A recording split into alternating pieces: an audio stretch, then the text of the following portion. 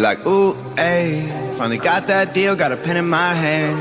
Ooh, ayy, like how you tryna buy who the hell I am? You can keep your cash, I'm not that broke. I won't sign no contracts, I do me. Y'all are canceled, stealing people's dreams, how can you sleep? It's all rap hoes, throwing cash in Lambos. I'm independent till I'm dead, I quit the music industry. What's going on, everybody? I see that we already got a full chat. Wow. I didn't think this topic was going to be that big a hit, but look at this. What's up, everybody? How you guys doing? We are waiting on Andrew, but we will continue on. The show pushes forward. It's going to be a fun day.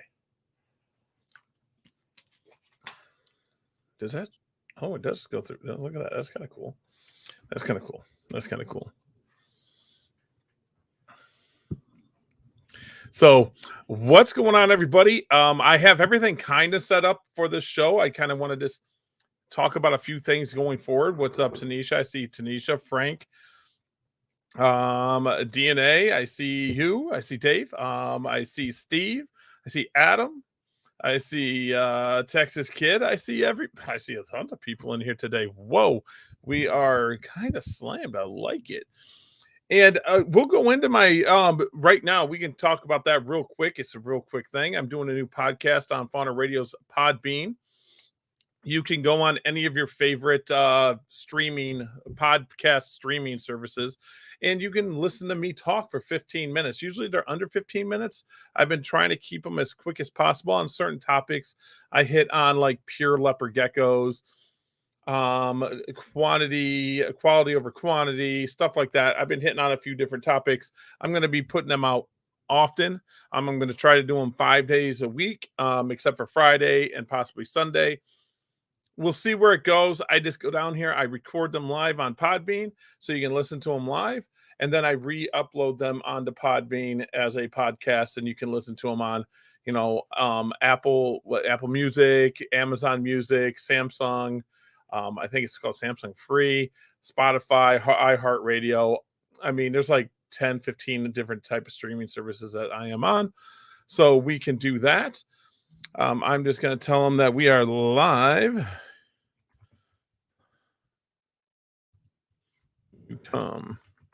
So if you guys go over to Podbean and just go to podbean.com or faunaradio.podbean.com, I'll get some links up. I put them up on my Facebook and all that, and all my other social media accounts. We're talking about photography today.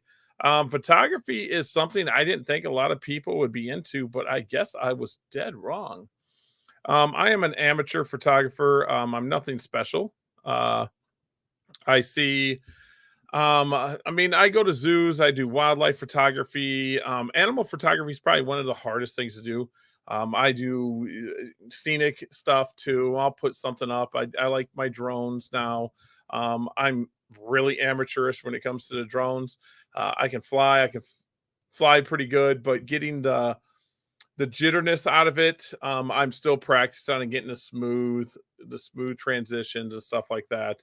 I only fly a Mini 2.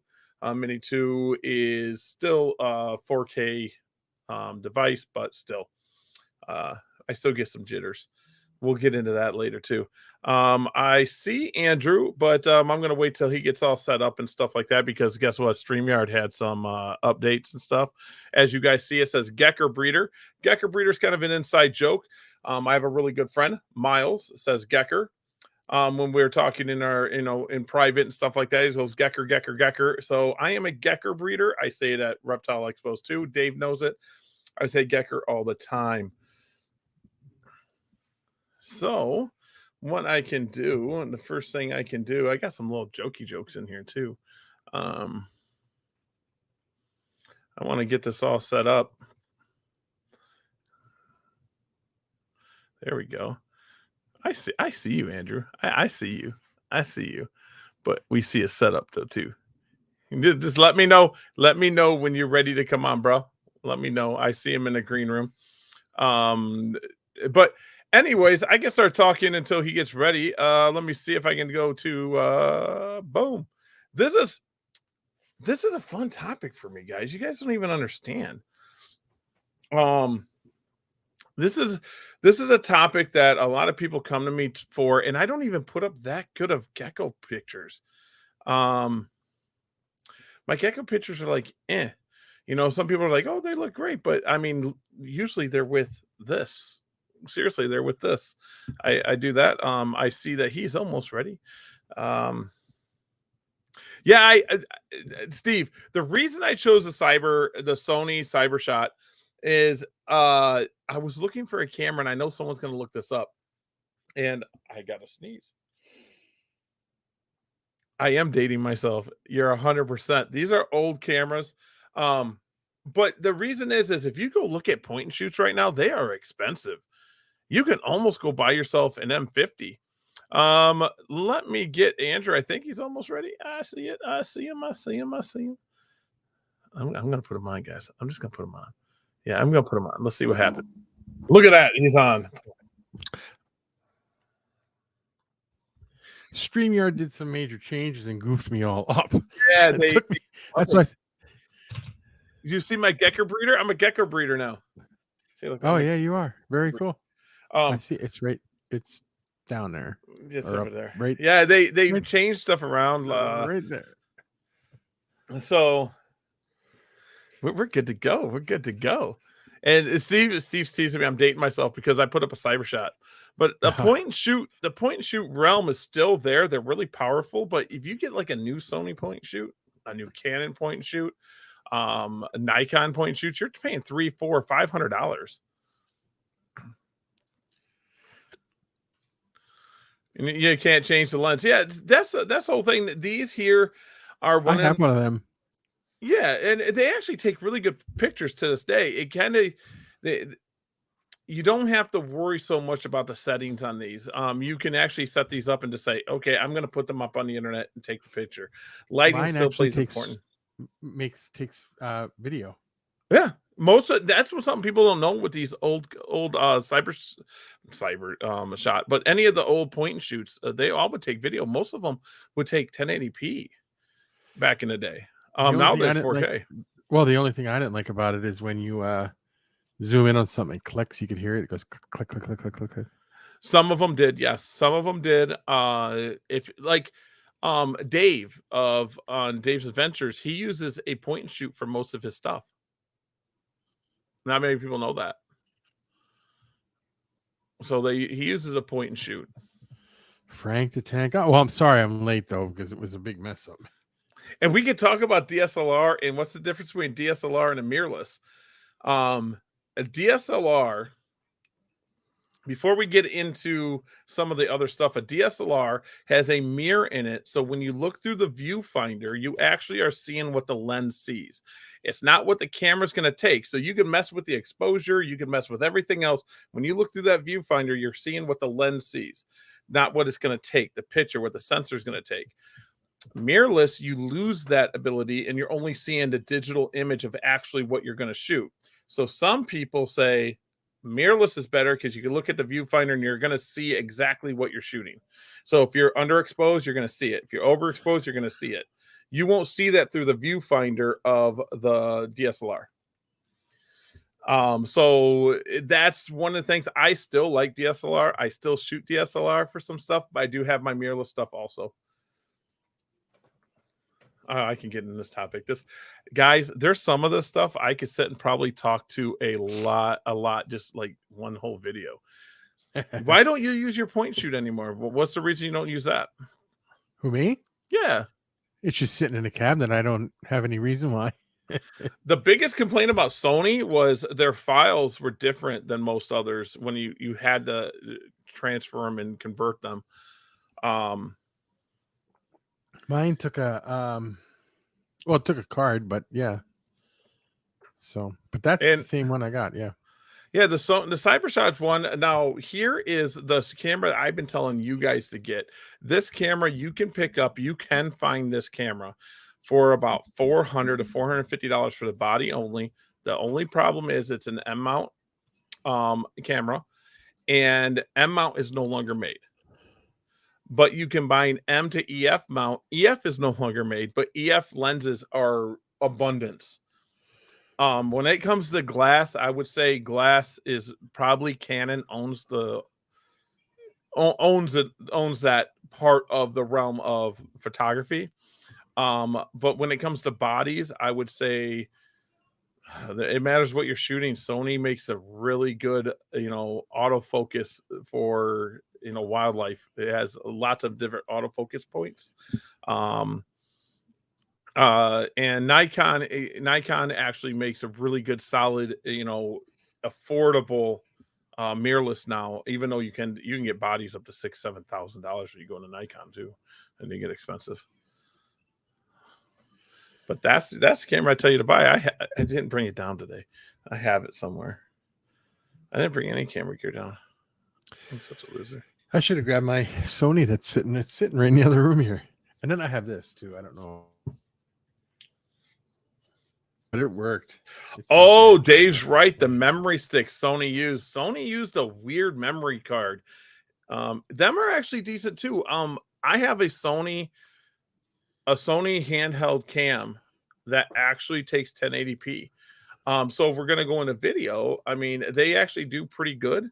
But this little guy here for $400, you get a nifty 50, or get like a 35 millimeter or a 32. I think it's like what, 32 to 55, or is it a 14 to 55, 15 to 45? I don't use the kit lens on it, so I don't know what the kit lens is off the top of my head, but it will actually do pretty good for you. Oh, I hit the wrong button. Oops. Oh, now you're up top. That's cool. I like that. That's cool.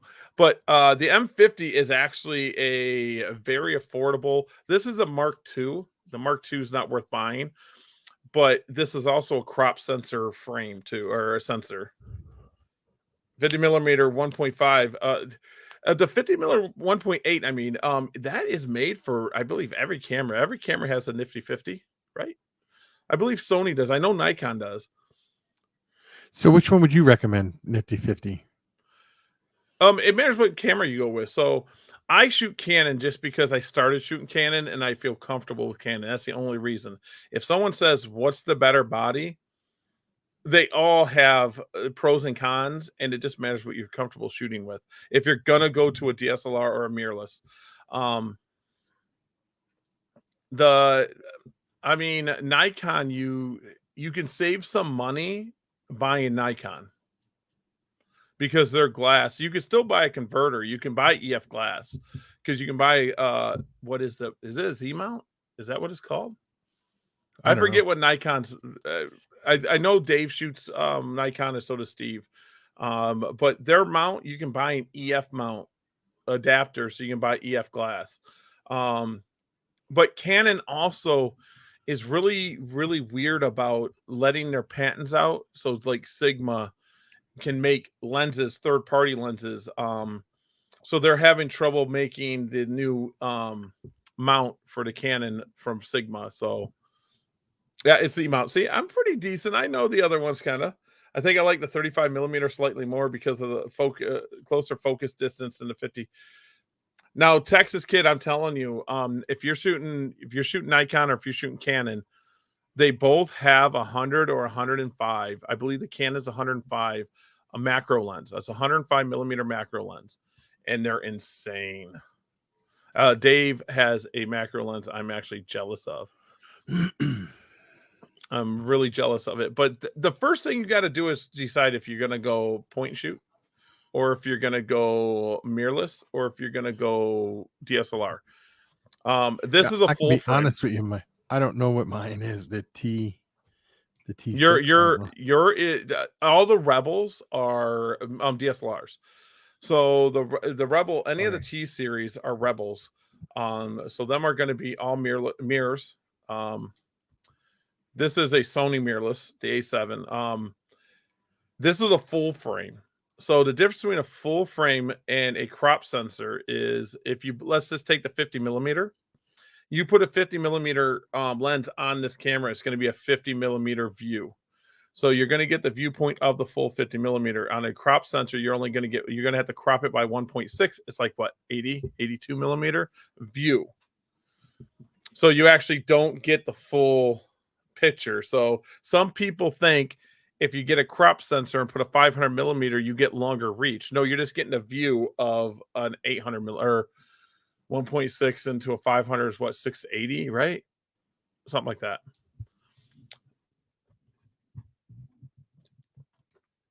And 50 millimeter is going to be a closer frame for the same distance of the subject than the 35 millimeter. That's why you wide angles are usually like 10 to 11 millimeters to X. Yes. That's right, Josh. 1.21 gigawatts. And the new Canon lenses are only Canon. They stopped third party from making lenses, and it was their autofocus. I believe it was their autofocus because Canon came out with animal eye autofocus or the eye autofocus for animals, and I don't know if it was that technology because that's in the body, I believe, but something to do with the autofocus in the actual lenses they patent and no one can make it. And Sigma makes some nice lenses. Sigma makes really nice lenses, and you can save $1. Like you go Canon 500 millimeter, you're spending thousands upon thousands of dollars, sometimes up to $10,000 to $15,000 for the one lens. If you buy a Sigma, you can get a 150 to 600 millimeter with the zoom, and $2,000. So.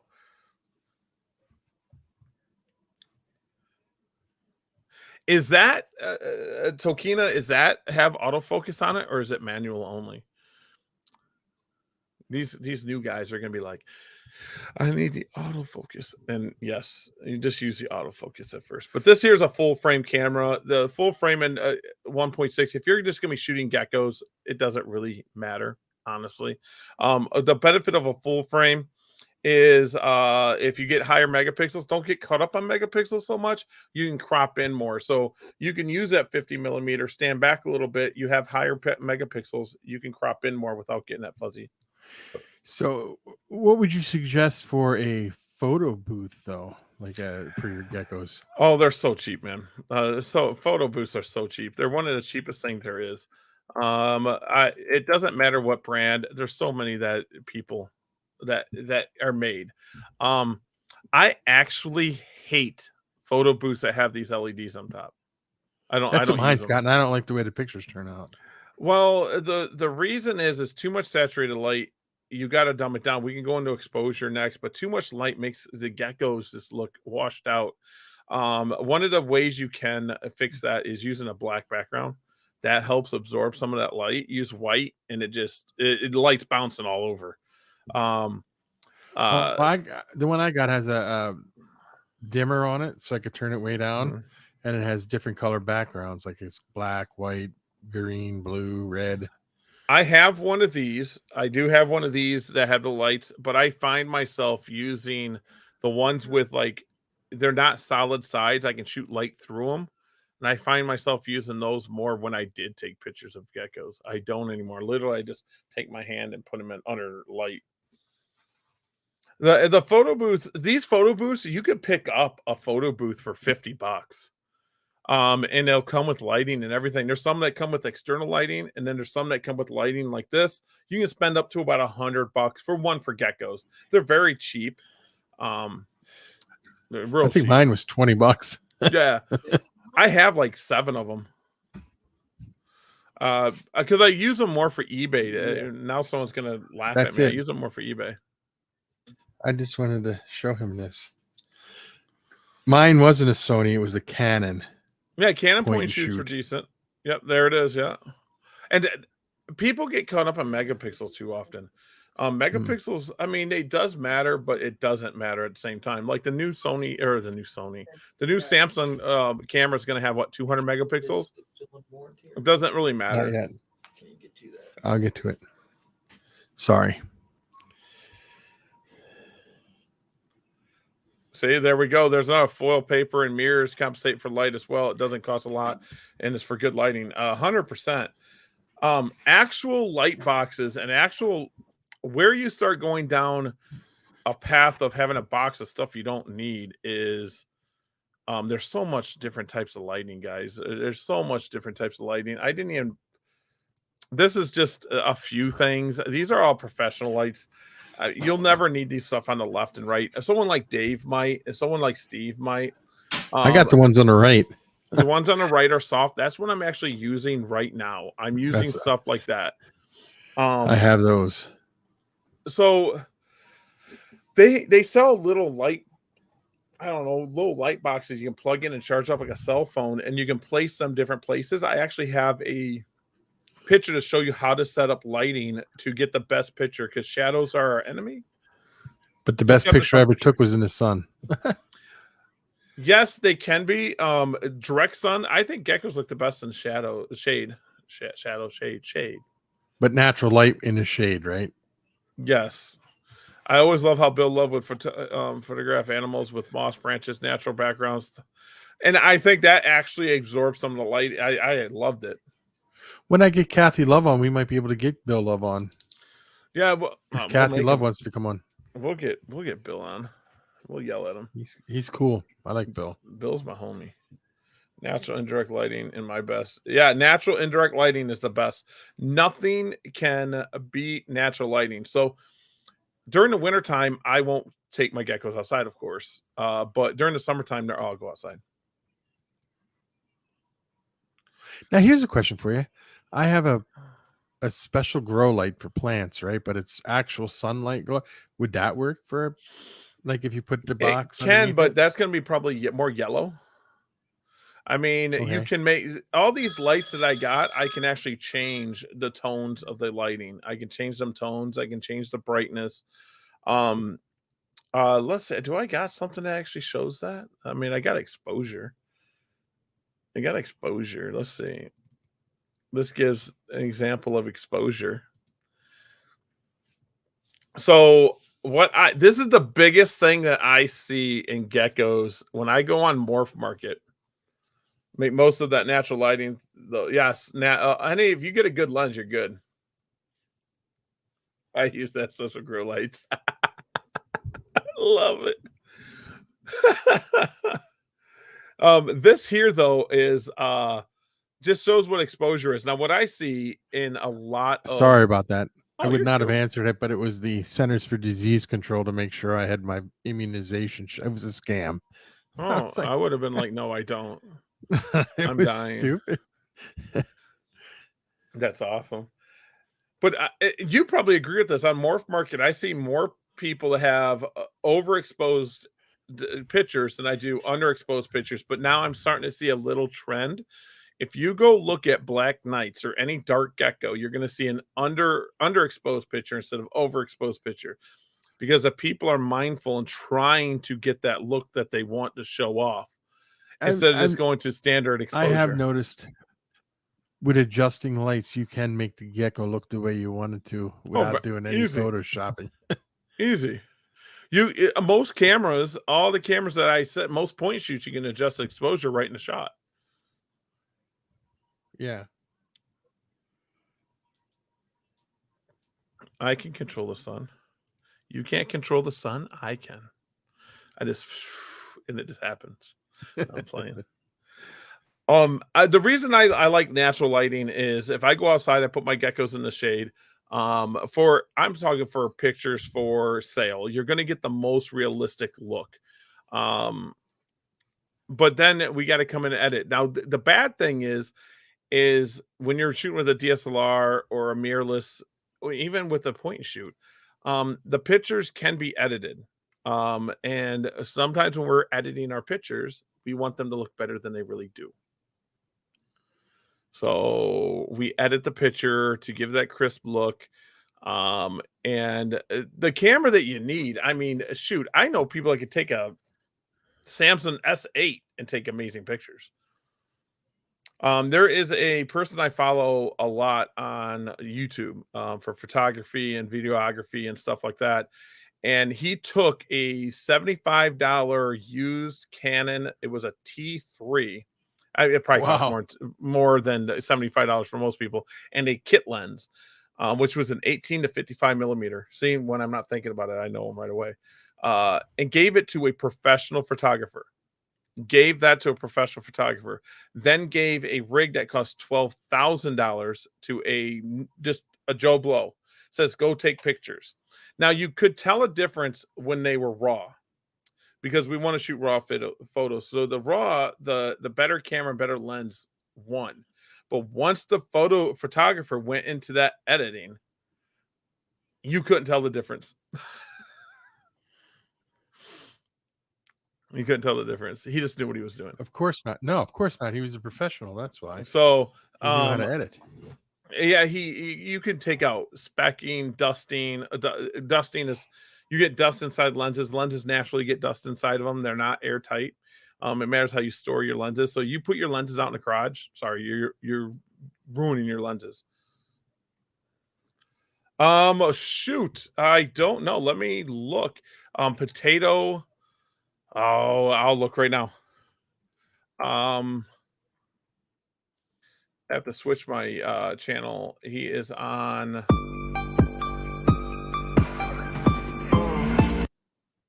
I hear music. Yeah, it was my fault. It was my fault, guys. Let me see. Potato Jet, I think. Yes, Potato Jet. Potato Jet is an amazing guy. He has 954. Wow, he has more subscribers than I thought. He's a really cool guy. He does a lot of work with photography. Let me just do this. We can go here. I don't know this guy personally, so don't think I do. I don't know him. There we go. So I went over. There we go. This is Potato Jet. He does videography and photography. A really cool guy. He puts up really cool stuff. He reviews stuff. He tells people how to shoot, how to get the most out of their gear. I believe he has a class on Udemy too. I'm almost certain he has a class. I don't know though. Don't quote me on that one. But this guy is just cool as all get out. I love his content. I can't say enough about him. I don't even know him. He's never even talked to me one time, but he's cool. I don't know how far back that is. And his wife helps him sometimes. I think it's his wife. So Potato Jet, if you are watching this, sorry, I don't know if it's your wife or not, homie. But if new camera gear is coming out, he usually gets it and he reviews it. So Potato Jet, if there's something coming out for Canon, he's usually sent. The other one, people probably will not, photographers like Dave might not like him if they know who he is. And Steve, I will show him. Also, I do watch him. Some people do not like him. His name's Jared Poland. He's another person that I learn a lot from. So that's why I watch this guy. I'm subscribed to him. Yeah, Fro Knows Photo. He goes, FroKnowsPhoto.com or something like that. He's a very, very good photographer, but he also calls it like it is. Like Canon messes up, he'll say, Canon's a piece of garbage. Or, when Nikon messes up, Nikon, or Nikon's beating this one, the deal's better here. He reviews everything. These type of people get the stuff sent to them free. The reason I like Jared is he gives out kits. He gives prizes away all the time. He gives out kits to people. Like he'll give away, $1,500 kit, $2,000 kit to people. Pretty cool guy. Do you know TV a long time ago? Brian Barczyk had that professional come in, but I don't remember what his name was. That showed you how to take pictures too. Really simple. Yeah. I don't remember who it was though. Frank, the reason I shoot RAW, I watched it too. The reason it says I shoot RAW is a file type. So most people shoot JPEG. JPEG, when you're shooting, with point and shoots and stuff like that. And most of your DSLRs and mirrorless will shoot JPEG. JPEG can be edited a little bit. RAW can be edited the most because it gives you the most information, but the files are bigger. Now the real photographers, they'll say, I shoot both. So what editing software would you recommend? Oh, editing software. I use Lightroom. It costs money. I use Lightroom 100%. I paid for it. I pay for everything through Lightroom. This here, I don't know what program this is. Can they edit video too or no? No. Lightroom is through Adobe, right? Yeah, through Adobe. So you can use, is it Adobe Pro? I don't use Adobe for editing video. I use Corel, and the only reason I do, is that how you pronounce it, is I got it free with my M50. I used to use Cyberlink. Is that what it was? And then I went to Corel. When I got my M50, it came with a free program.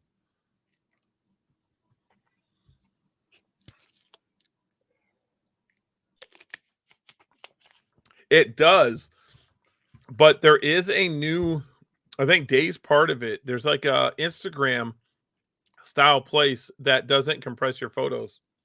I forget what it is. But it's for photographers. It's like an old Instagram. But this gives you basically kind of what it is. You can do presets. This is not, this is Photo Director. So this is Cyberlink's Photo Director 360. I took it off to Google, guys. Leave me alone. But I mean, it gives you can do presets, you can do manual, you can start doing temperature to tint, your exposure. So let's say you overexpose a photo and you shoot it in RAW, you can bring that photo back. Very much so. I wonder if I should I wonder if my computer will do it. Let's do this. I wonder.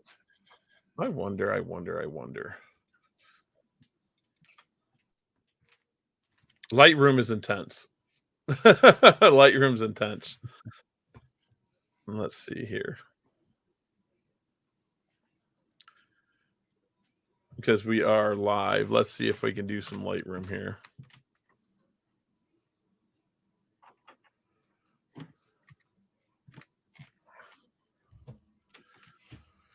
Let's see. I got some garbage photos on here.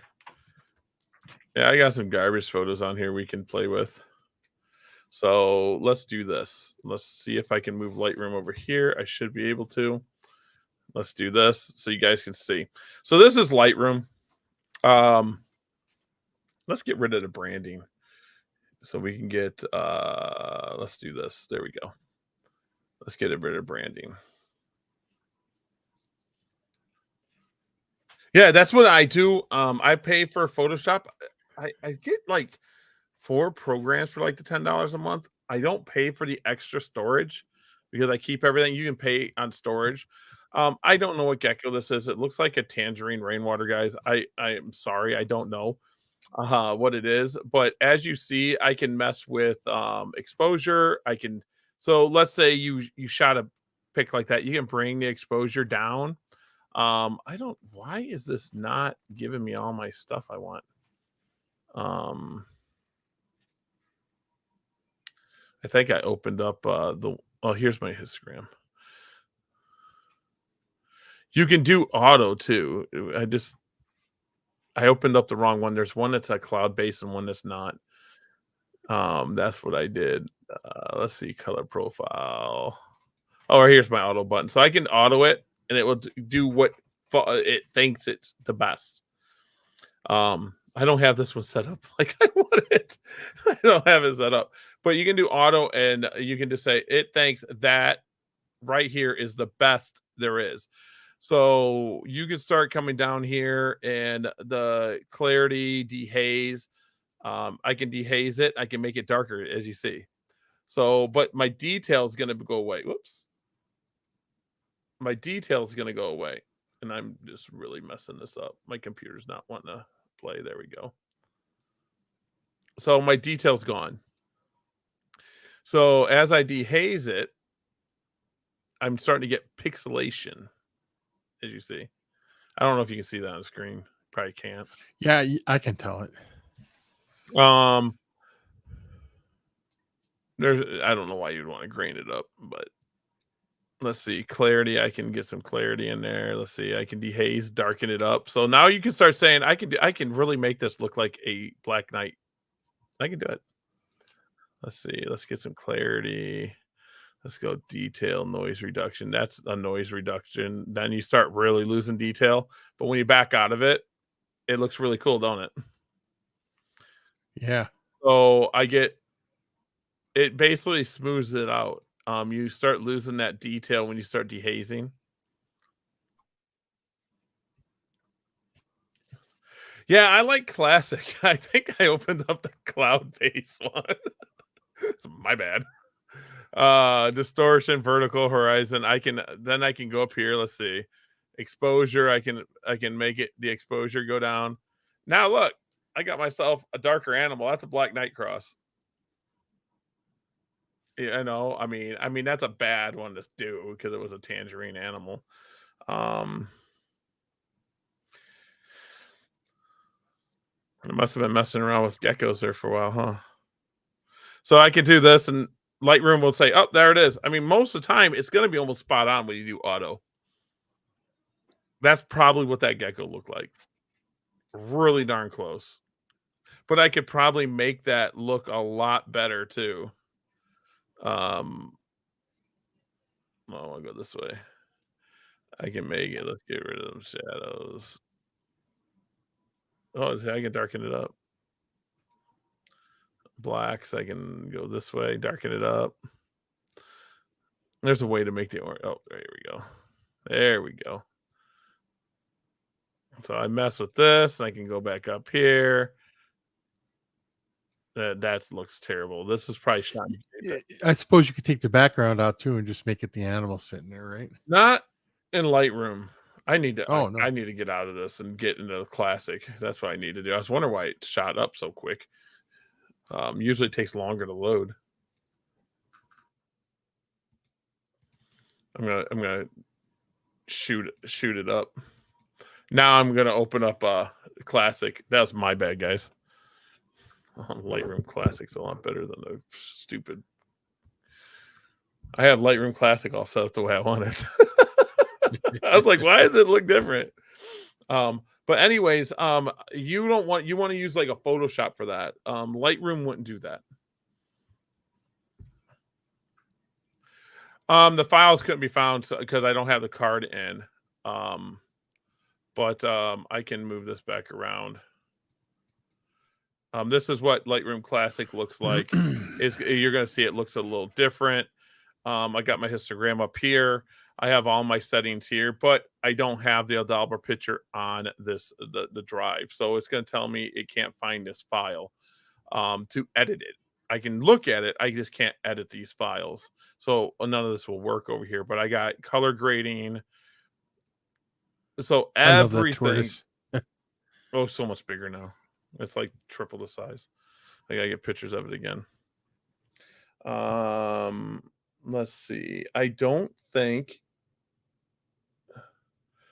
Yeah, I don't have any pictures on this machine, but this gives you the layout of. Oh, maybe I go to library. Yeah, none of these pictures are on here. They're all question marks. The question marks means they're not here. Okay, these are on here, so we can do this. Let's go develop. So this is somewhere, as you see, it's all pixelated. But this is somewhere in probably Salina, Utah. You can I already hit auto on that one once.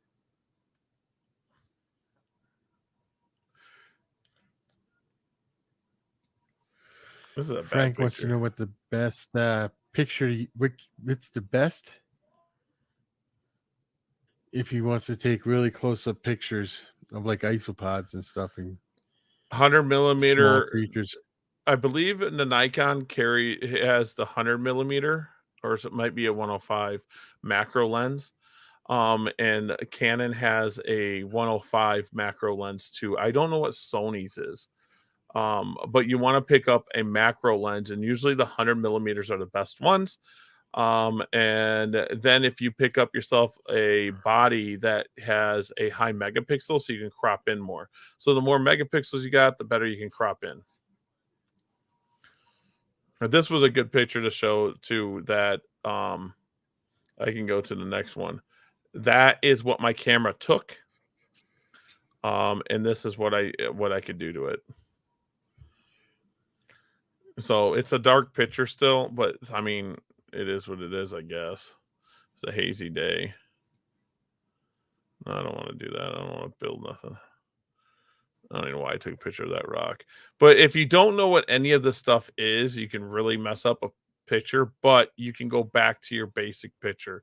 You can always go back to it afterwards. This shows this was shot. Ooh, what was it shot with? It should tell me. This was shot with at a ISO was 150 millimeter at an f-stop of 4.0. And I have no clue why I was shooting 1/1000th of a second. Don't ask me why. I might have been seeing a bird. I don't think it was. There's no animal there, but the sharpness in Mark. this, that's a little fuzzy. The sharpness is pretty good right here, though. That's an average picture. Hey, yo, what's up, guys? Yeah, Nikon has 105. But yeah, if you got a micro lens, a macro lens, we can shut this because it's gonna make my fan turn on because I'm using Lightroom and streaming and everything else. I don't need to back up that. But yeah, I mean, what's nice about Lightroom is it tells you what the picture was taken, what lens you used, what the ISO was, what your f-stop was. F-stop is how much light you're letting in to the camera through the lens. So the more light, the more information, but sometimes you don't need all that light. You can overexpose. It's up right now. Making sense of f-stop. Now we're starting to get into the realm of non-point and shoots. Like I said, guys, this could be so. I mean, this we could go on for hours and hours about this stuff. But in my opinion, the larger range of f-stop you have in a lens, the better. So the Nifty 50 is a 1.8. Okay, the Nifty 50 comes in 1.8, and you can go all the way up to what, f22. Awesome. You're not going to need that, the 1.8 all the time. It's going to be overexposed, so you're going to want to bring that down and use the lens to bring down the lighting instead of ISO. You want to use the lens before you use ISO, in my opinion. Too high of ISO, you get pixelation in some cameras. There are cameras that can fight that. Nikon makes a few, Canon makes a few, but them bodies cost thousands of dollars usually. The M50 is not a good camera for shooting high ISO. You start getting into 32,000 ISO. I mean, most cameras should be able to go up to 1,000 ISO pretty simple. ISO's using the camera to create light. I like using the lenses to do it. I always use the lenses and try to keep my ISO as low as possible. Most of your photographers will say keep ISO as low as possible. Sometimes it's not possible with wildlife photography and other photography, but if you're in a controlled setting with lights, your ISO should always be 100. I don't believe there's any camera that goes under 100 ISO. Steve and Dave would be able to correct me with that. So you can control your light intake through the 1.8. The better lens of the Nifty 50 is the 1.4. It's only one stop of light, but that 1.4 gives you just a little extra stop of light. And then every time you how do I want to put it? You lose stop of light when you there's filters. You won't lose stop of light. The adapters, the speed adapter, stuff like that. But I mean, I don't think anyone's going to be getting into that right away if they're trying to get into photography. Who let the dogs out? I love that. He did. So I mean, ISO's something big. ISO here, I can show you what ISO can do. It's a web-based picture, so I have to do it that way. This is showing ISO, what ISO can do. So let's say you were looking at this rainbow at 100 ISO and that's what you see. And your lens cannot take it. Let's say you're shooting with a kit lens at like most kit lenses are 4.5. Gosh dang it, f-stop. You can change your ISO and get more light. But the problem is you start getting pixelations. Hey, what's up, Mark? How you doing? So your ISO settings, I tell everyone to try to leave to 100. You're not going to get that look, that darkness, if you have proper lighting. What ISO is used for is if you don't have lighting, your lens is letting in all the light it can, and you need more, you can start bumping up that ISO. But lower end cameras are going to give you pixelation. Pixelation gives you not so sharp video or pictures or video. And we can talk about that higher shutter speed. You're going to have to use ISO too. That's another ball game too. That's for animals. You want to get rid of the shake and the unfocus. You want higher shutter speed. Higher shutter speed is going to take down your light intake because your shutter's only opening. It's opening faster and closing faster. So it only can take in so much light. So then you're going to be using ISO or the lens, if you can, to let in more light into that sensor. So, I mean, this is a science to it. It's not, but most cameras do this for you. That's why I tell people this to grab their phone.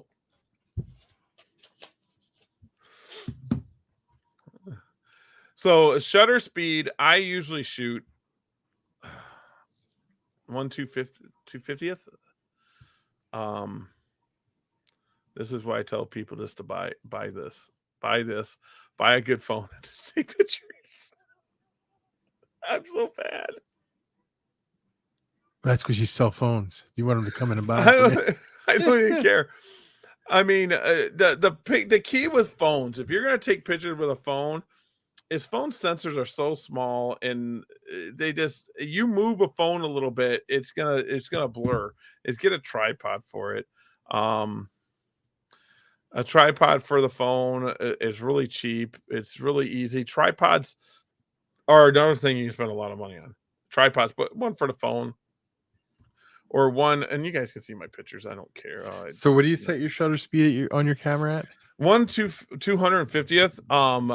That's usually where I get rid of handshake. And Dave's the one that told me that.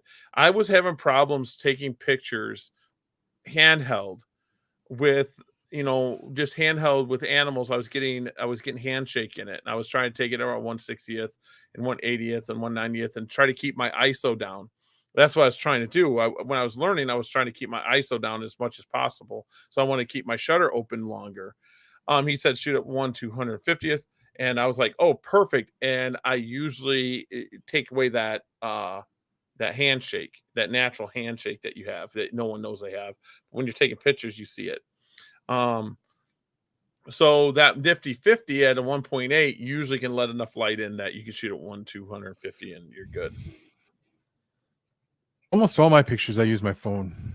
So I do now. I'm lazy. You guys know I take my pictures.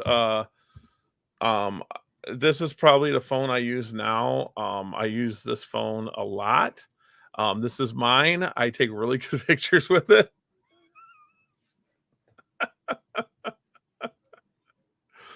I use a Note 6. But here I wanted to show you guys. I can't zoom in on it. But this kind of shows you if you're taking with a photo box, you really can't do this. Are you talking cell phone? I am selling phones. Yes. But this kind of shows you how you want to take a picture of a subject. The subject could be anything. So if you're in a light box, you can't set up lighting like this, but you need a backlight, you need a fill light, and you need a key light. And the camera is in front of the key light. But you don't want to block the key light, guys. So slower shutter. No, faster shutter. Oh, geez, I love my fast shutter. Shutter speed.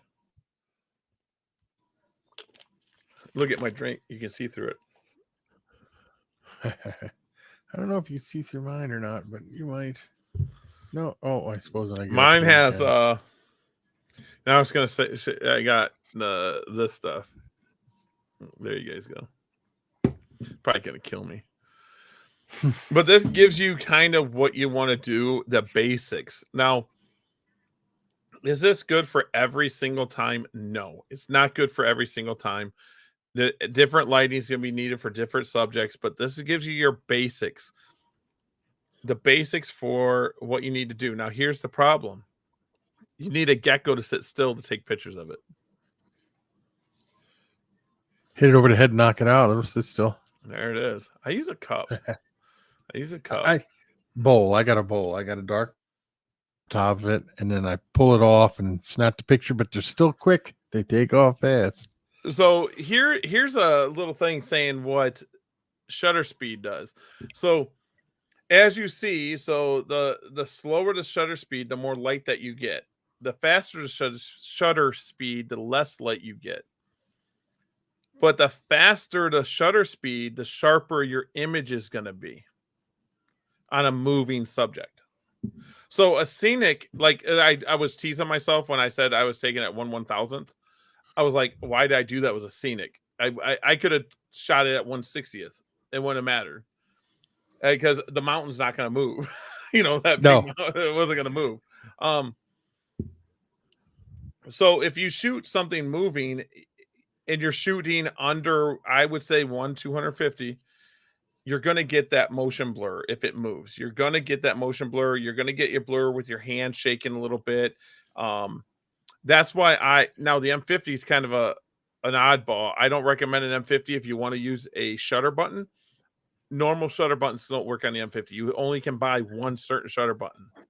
It has to be that or it won't work. Most other button, you can buy a shutter button or one that plugs in. The M50 you can't. That's why he wants to use a faster shutter speed, Mark, is because if it's an animal and it's moving, faster is better. But if it's like a scenery where nothing's 100%. I was okay. I was just making sure I was right with that. 100%. If something's moving, I want to use faster shutter speed. Let's say this. Let's say I'm shooting handheld 500 millimeter. I don't care who you are. If you're shooting at 1/60th and you're shooting at 500 millimeter handheld, it's going to be damn hard to keep it steady. You're going to see some blur in that. I was shooting.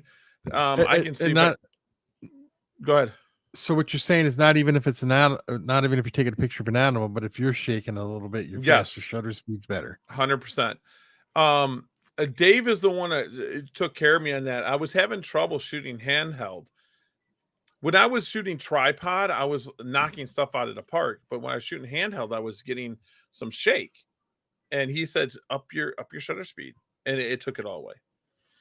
But when you go up in shutter speed, you're losing stops of light. You are losing stops of light. That's why better lenses that let more light in is better. So, and then you got like mirrorless full frame. Full frame is going to be better on letting light in than crop sensors and stuff like that. But we're talking gecko shooting. We can get in wildlife shooting too and stuff like that. Now, here's a question for you. I don't mean to change it. No, totally the other direction with cameras, but when you got your camera, your cell phone, did you ever see the little lenses you can put on your cell phone? Yes. Do you think they work good? No. Okay. I was No. just wondering. I don't think they do. There's a science in lenses, okay? There's a science. I can't just take a Nikon lens and put it on a Canon lens. The lens is designed to be so far away from the sensor. So that's why if you look at the M adapter to EF, it's a certain thickness because it wants that EF lens to be so far away from the sensor because they were designed. There's a bigger gap away from the sensor for a mirrored lens. A DSLR has a mirror. A mirror shoots up, so that mirror shows you it like reflects up and shows you in the viewfinder what the lens sees. Mirrorless takes that mirror away, and the sensor's right there. So the lens, so an M mount and gosh dang it, an EM mount, RF mount are mirrorless lenses. They're designed to be closer to the sensor. So them lenses that they buy, I always question. I'm like, everyone's lenses are different widths away. How's that going to work? So that's why all the lenses are different. That's why EF lenses are designed for DSLRs. Usually you can buy a mount if you have a mirrorless. Even Sony, you have a Sony mirrorless, you have a Nikon mirrorless, you can buy EF lens mount. So what phones do you think take the best pictures in? Any of them, any of the new stuff, any of them. Oh, they're all good then. Yeah, I mean, here, this is a 50 megapixel camera. Everyone thinks about megapixel. I can take the same picture with this in a Samsung 108. Megapixel just gives you all warm and fuzzy inside for cameras on a phone. The bigger the number, oh, I got 200 megapixels. Okay, cool. What are you going to do with it? Good point. What are you going to do with it? I know, like Jared Polland has pictures with old Canons with less than 5 megapixel pictures that will blow people away with 50 megapixel pictures. It wasn't the megapixels that were making it better. People sometimes try to use technology to get better pictures when sometimes it's just what they do. Tripods actually help a lot. I'll give everyone out there that wants to. It's not a photographer because Dave and Steve, you'll kill me. Go outside, take a picture of the moon. Just take a picture of the moon. Take your phone, take your camera, whatever it is, and then set it on a tripod or set that camera down where it will not move, and then you either use a shutter release or touch the screen and take a picture of the moon. Because it's so far away, you're zoomed in so much, you're going to see, the farther you zoom out, the more shake you're going to see too.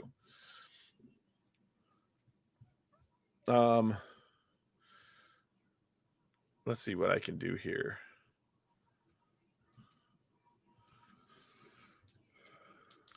I wish I would have thought about putting my hard drive in.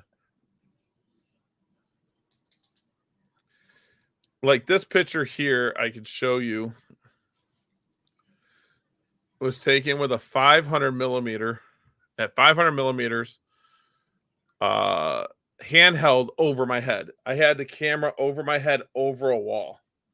That's still a good picture. I got lucky. I was shooting at 1/1000th on a 500 millimeter zoomed out lens. That's unheard of. I just got lucky. So this picture here, I wish I could zoom into it more. Can I do that? Can I zoom into it more? I don't think I can because it's on my website. That's with a 50 millimeter. That was cropped good in, too, though. But that's cropped in. So I have I think that was the M50 though. And that's only a 20 megapixel camera. So this, you can start seeing some fuzziness around this area here, around the teeth. I didn't get that smoothed out. You can't really see the fuzziness in the hair because guess what? I mean, it's supposed to look that way anyway, but it's there. I can see it in the ear. Most people don't though. A photographer, if I gave this picture to Dave, or if I gave it to Steve, they would tear this. I'm not tear it apart. They would say, they wouldn't be mean, but they would see the imperfections that a normal person wouldn't see. They'll say, hey, it looks really good. Me personally, I see the imperfections. I see the pixelation in that jaw line there, and I see the pixelation in the ear. But this was cropped out of a picture like this. He just turned around. That's all it was. And I cropped into it. And I might have flipped it. No, I think he turned around because you can see the waterfall. Yeah, he turned around. This bear was taken with, I believe it was the 150 to 500 millimeter. It probably was around 300 millimeters because it was a barricade really close. You're horrible. What's that? Oh, I am. I don't.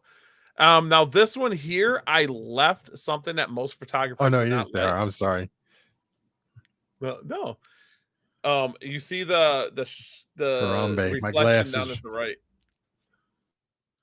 The reflection on the right. But that's the glass from the glass, because I was shooting through the glass. I left it there because I liked the way it looked. I liked it. and that's what photography is all about, is if you like it. That this gorilla is 6 years old. I think I've told the story before. I took a lot of them, as you see. Most of these are cropped in. This one's actually a really bad picture. It's actually a really bad picture. It took me a lot. I edited this picture a lot. I went through and I took out like imperfections and everything. The buka. What is it called? Buku. Harambe. Harambe. That's why I said I looked at it. Thought it's no. So this here though shows that buku. I don't like that. I like the whole animal being in focus too. You get that with some higher end lenses. With the lower f-stop, you'll start getting a blurred background. I will show you guys why I don't like that with geckos sometimes. I will show you an example. Let me see if I can find an example.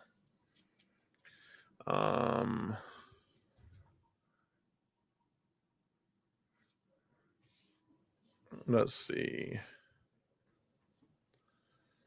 Do I see? I know it's in here somewhere. I have a picture in here. I'm like right here. This shows you what the camera did. So I focused on the head, the background, and the body blurred out with the background. Now that would have been cool if it was all in focus to a point. So if I didn't use 1 point, I think I used a 50 millimeter on this probably. I don't remember. Don't kill me. So, Soul Brother 2, Boca. There we go. See, Dave's helped me out. Dave's my homie. So with this picture, if I would have used higher f-stop, I wouldn't have got this. I would have got the whole gecko. If I wouldn't have let so much light in, I would have been fine. So if I had to use probably like 4, I probably was shooting at 1.8. If I had been 4.0, 5.2, something like that, I'd have been fine. I would have got the whole gecko. So as you can see the keratin in the tail. So, but using a really expensive camera, this is what you get sometimes. It is a cool picture. I love that picture. That's a really awesome picture. But this is how I take pictures now, you guys. That's my cell phone with my hand. Yeah, it's just a gecko. That's just a gecko. This was taken with the mirrorless, I believe. No, this was taken with this camera upside down. I took the camera like this and set it upside down. It's a really bad picture though. The eye is not in focus. It focused in on the top of its shell here. So it shows what it is though. Let's see here. This is taken with my cell phone. That's taken with a cell phone. That was taken with a nifty 50 cropped in. That's a small little, I forget, it's either a red runner or a red goblin roach. That thing's teeny. I'm talking teeny. Mark said the problem he has is with gecko eyes. Okay, the reason you're having a problem with gecko eyes is focus. So I tell people if you can get your gecko to sit still, you can use some features on some phones. Yeah. I'm sorry. If you're gonna use cell phones, I have to step away for 1 second. I'll be right back. All right. Bye. So I can just take him down. We can just do this for a minute. So some will tell you when you do manual focus, it will show, you can make it show, I call them zebra stripes. Mine will show in red and it will say what's in focus. So you can get that head. The newer cameras are getting animal eye focus. So you can actually do that. Or you can set a pin on some of the mirrorless and some of the DSLR. On the M50, I know has it. My R5 has it. I can actually just push on it and say that's going to be the focal point, and I make that focal point in the eye, and it focuses. Autofocus, L1 Ghost Man. That's what that was, an L1 Ghost Manus. I miss my Ghost Manus. I misses them, but it's all good. This kind of shows my setup. I was taking pictures. I don't know why I had the mic on there. I was taking pictures that day. That's the M50 with a standard like kit lens on it, the 14 to 45, I think it is, or something like that. That M50 has been through a lot. That M50 has been through a lot.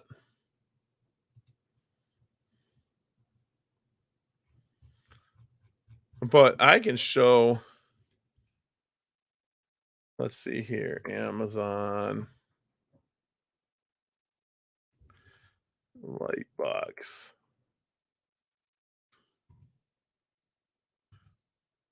Oh, I know some people. Everyone thinks light boxes are the nitty gritty. There's one. It's a 12 by 12. I mean, that's a little small, but I mean, it worked for geckos. $39. It's actually lighted. It looks like it comes with 6 different color backdrops. Here's a 16 by 12 for $42. Here's another 12 by 12. They're all made by different companies.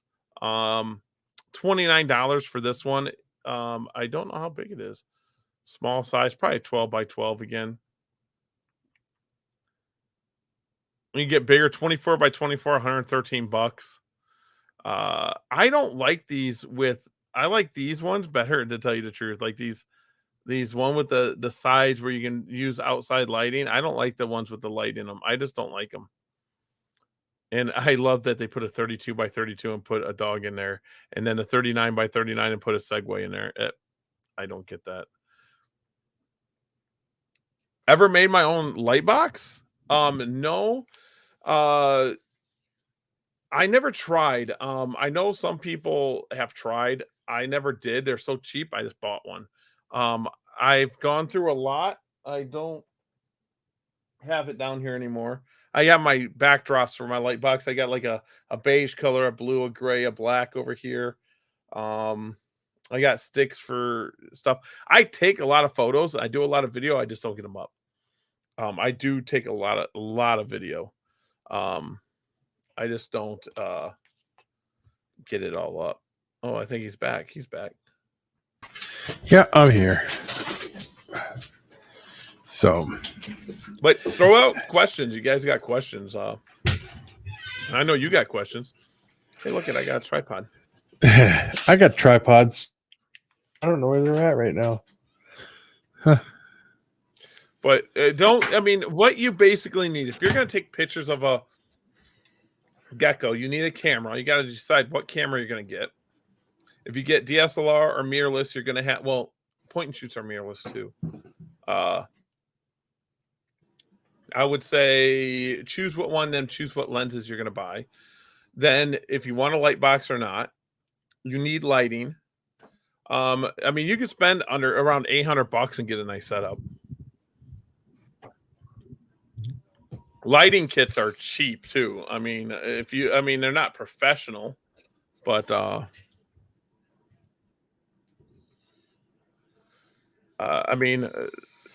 this is pretty insane. I don't know about that. It has like green screen and stuff too. $79, you get some lighting. Yeah. Here's different types of lighting you can buy. The 319 you're not going to need. These ones with the different filters are kind of cool. $86. So lighting's cheap. Now you can get expensive. You can.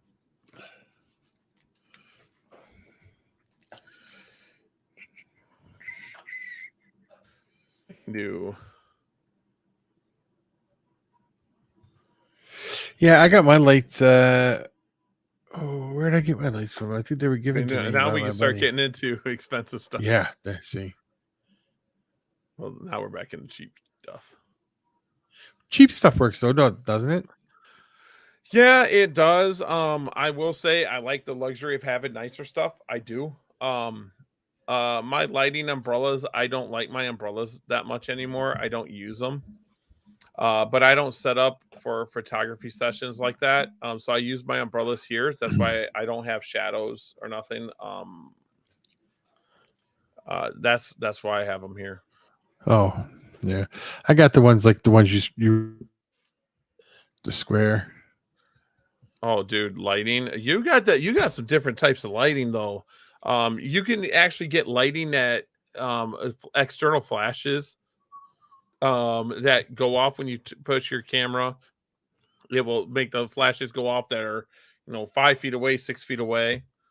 Uh, so lighting's probably the most important thing in my opinion. With the right lighting, you can make any camera be somewhat decent. I think lighting has to do with things. So if your camera has a high f-stop and it doesn't let light in, get more lighting. You can create light. You can't force your camera to take more light in, but you can create light. If that makes sense. So if you got a camera that only can do an f-stop of 4, and you need it to be 1.8, you can create more light. You can't say, okay, now you're gonna just take more light. You can't do it unless you have a DSLR or mirrorless. You can buy the lenses for that. A cell phone photographer. I'm over 2K in lighting stuff just for taking sneak pics. I'm not at 2K for my lighting. I'm probably at maybe $400-$500 in lighting. That's all I got. Maybe. My most expensive lighting now. I don't know if you got these, Dave. I just got these little boxes that are light and I can change the color. I can make them red, blue, green, or LEDs. So I can set them places. If I got a shadow, I can set it somewhere and get rid of a shadow. I hate shadows. Man, oh man. Well, Mark, you did have a good camera that Becky and I gave you, but you lost that when your house burned down, it went up in fire. It was a good one too. It was a original Rebel. It was beautiful. Took beautiful pictures. Rebel series is actually good if you just want to get into stuff. I could never go back to Rebel. I do shoot with a T6 though. How do I want to say it? If I'm just going out goofing around, I'll shoot with a T6, but it doesn't have all the features I want anymore. Like on my other ones, I can sit there manual and I'm done because I reprogram the buttons. I'm that idiot too that reprograms all the buttons. I don't like the one thing I hate about Canon is they got a different shutter button for recording video. It's a little button in front of the shutter button. I reprogram it. I make the shutter button turn on the video.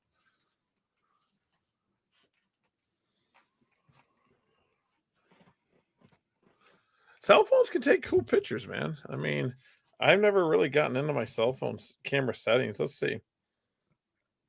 Let's see what I can do here. Let's go camera. My camera's got so many settings in it in the cell phone I don't even look at. I just set it to one thing and go with it. Well, I can set up this. I can take off timer. I can go. I can more settings. Let's see. I'm sure I can. I can shoot gesture, so I can do gestures and make it white balance, so I can mess with the white balance. Exposure.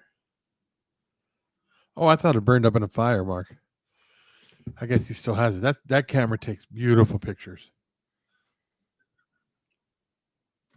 Dude, your pictures are amazing though, bro. Dave, your pictures. I mean, Dave does some insane stuff. I mean, like insane stuff. Don't let him act like he's not. I mean, Dave is 10 times the photographer I am by far. I'm not one of the people that has to be the best at anything. I'm like I said, I'm an amateur. Dave shoots professionally. His pictures are that good of quality. That's cool. I wish I could do that, but I don't have the ability to. I suppose if I did it. Now, Becky went to school to take pictures. I suppose she went to a university in Pittsburgh, but I suppose if I did it, I could take good pictures too, but not sure. Oh yeah, I mean, I'm not joking. Like Dave takes really, really good pictures. No, I believe it. Can you share some of his pictures by chance? That's what I'm looking for right now. I'm trying to get over there.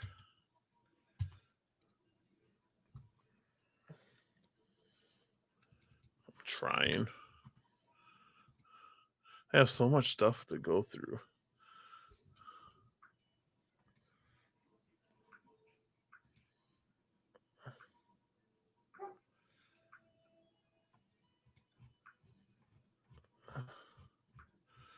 There we go. Every time I put DVP in, something else came up, dude.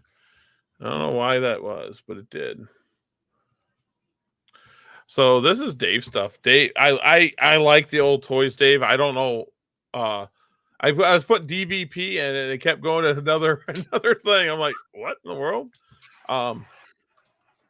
So I like these pictures. I like the old toys. I think they're cool. These are some of my favorites that he's done. These are insane. I don't know how he does it. He was telling me these are insane pictures. This is why I say he's a professional. That picture is amazing, but if you go back a couple pictures, like with the one on the clown, that one. Now, how do you take a picture like that where it's like it's dark, but yet the snake is bright? Yet, you see what I'm saying? Lighting. That's why Dave's saying that his lighting, he creates his light. He creates it. He's doing it. To give you an example, this is probably an editing process too, but I guarantee he spent time with lighting. That's a beautiful picture. And what you see here is his Nikon is not a cheap Nikon that you just buy. I forget what he shoots with, but I know it's Nikon. So his sensor's picking up the details in these shadows. So he's not losing the detail. That's an insane picture. I can actually, let me see if I can go. I just don't want to have anyone's site pop up that when I search. If I go here, this was in editing. So that's an edited picture. So I already had the sunlight was hitting the front of this bird. This is a bald eagle, the front of the bald eagle. And I edited, and it wasn't Photoshop. I just really turned down the exposure and until I got to this part. And I got that. Now he did not Nikon do that. Z7, he said he uses. That Nikon Z7, that's insane. That's insane. It's just as insane. It's not something you're gonna go buy on the shelf. His lens collection is insane, and just what he has. Them are beautiful pictures. I love these pictures. They're done on a mirror, though, right? I believe he does a mirror, and I think these are added backgrounds. Like he does this in post edit. So I mean, these are just. I like it, Frank. I don't know what else to say. Go to DVP guys on Facebook. You guys want to see his stuff? It is insane. I do know Steve sent me some pictures, so I'm going to put them up. Merry Christmas, Happy Holidays. I'm not just playing. The photography level of Dave is professional. He could enter some of these into contests or whatever, and he could win. The detail in these, he shows how controlled lighting, and that picture's insane, dude. That was shot with the 105. That's insanity. You can see the light, his flash, the flash box. I don't know if it's a flash box or just a light box in the eye.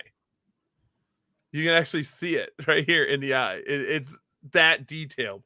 That's insanity to me. That's just no. He said it's all in camera. Oh, that's all in camera, dude. That's insanity. That's an awesome picture. I just love Dave's pictures. It's just he does amazing work. Yes, I have to admit that's just absolutely stunning. He's one of the best photographers I know personally. I don't know Frono's photo, but if I was to have someone come and shoot stuff for me, it would be Dave I'd be hiring 100%. And that's his car. Dave's awesome, dude. Dave's just an awesome dude. That's poster quality, dude. That's just the poster quality. Absolutely, it is. Seriously. That's his poster quality. So when it comes down to the photography, that's Dave. There's Dave. I know that guy. That's Dave. So we'll see if I can get Steve. Steve sent me some stuff. I know he did. He sent me some ball pythons. So he gave me some ball, the Xanthic. I don't know, is that butter or lesser? Lesser? Why'd you started following you, Dave, on Facebook? Because pretty insane. When it comes to photography, I like doing it. I like messing around with photography.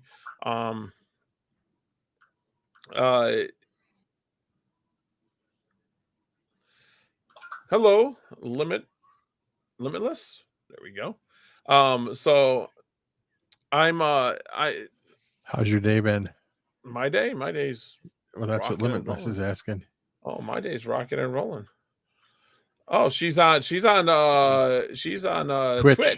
There we go. We got Twitch people back. Yeah, Twitchers. But anyways, I love photography to a point where I probably have, and I'm not even joking, over 100,000 pictures taken, and I show you guys like 20.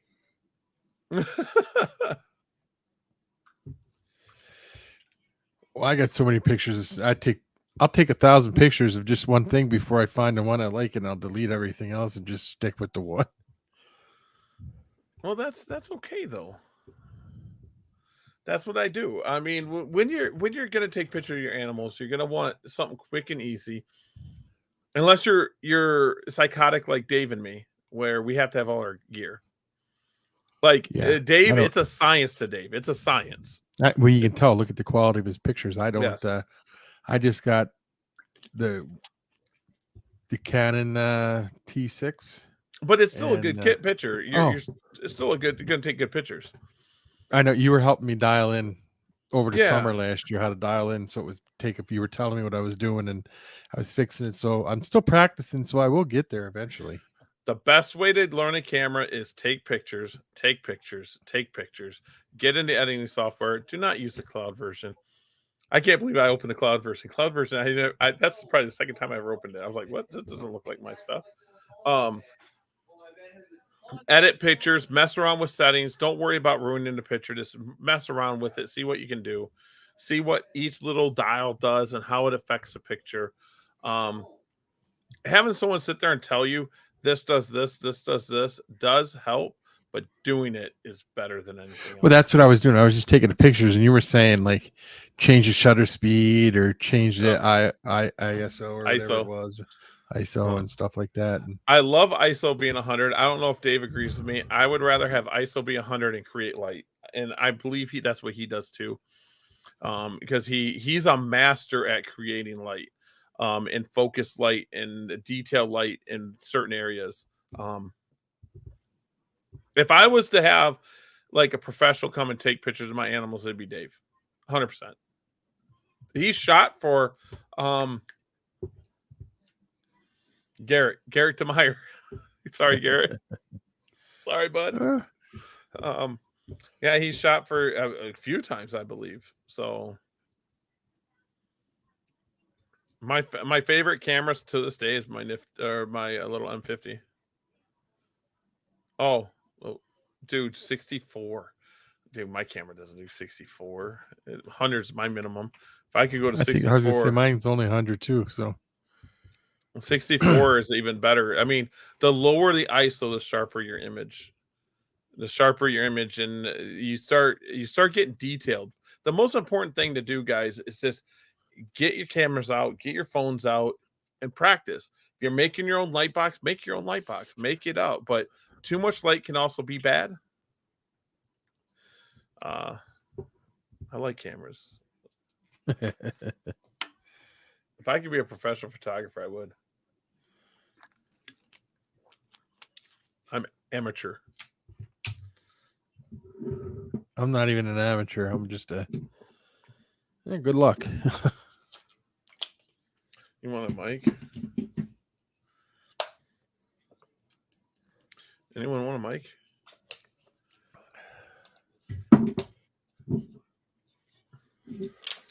So what else has been going on? We can talk about other stuff real quick. Geckers. I'm a gecker breeder. Let me think. Nothing really big, nothing important. Did you cut out what I do? Did you see that? You cut out. What was that? Why do you keep cutting out? I said I didn't do much. Nothing. Oh, I don't know. I've been watching the thing here, and it's been all over the place. I had them out to try to fix it, but obviously there's still something going on, or it's the out there or something. I don't know. I pulled eggs today. I pulled eggs. How many eggs you get? 40 something. 43. So that means you were there a total of like 10 minutes, right? Probably. I went quick. How I label did on your lunch break, right? How I label is different. This time I literally just put the rack that it came out of in section, so I didn't have to write the detailed. I was like rack 4, cage 6. So I put 4-6 and put them in an incubator. And then when I go there Sunday, I'll rewrite it all. So I'll know the female because I breed individuals. So I know all the information's on the tub. So now I just got to go to 4-6 and then this is the information. I write it down. Yeah. Well, that's a good way to do it if you're on a times crunch, That's why I get really upset about people. I can't track genetics. This is too much time. I do it. I write down every breeding I do in a two totally different places. So if something should happen to one, I got another one. Oh, that's right. You got a GH5. That's right. That's not a bad camera either, though.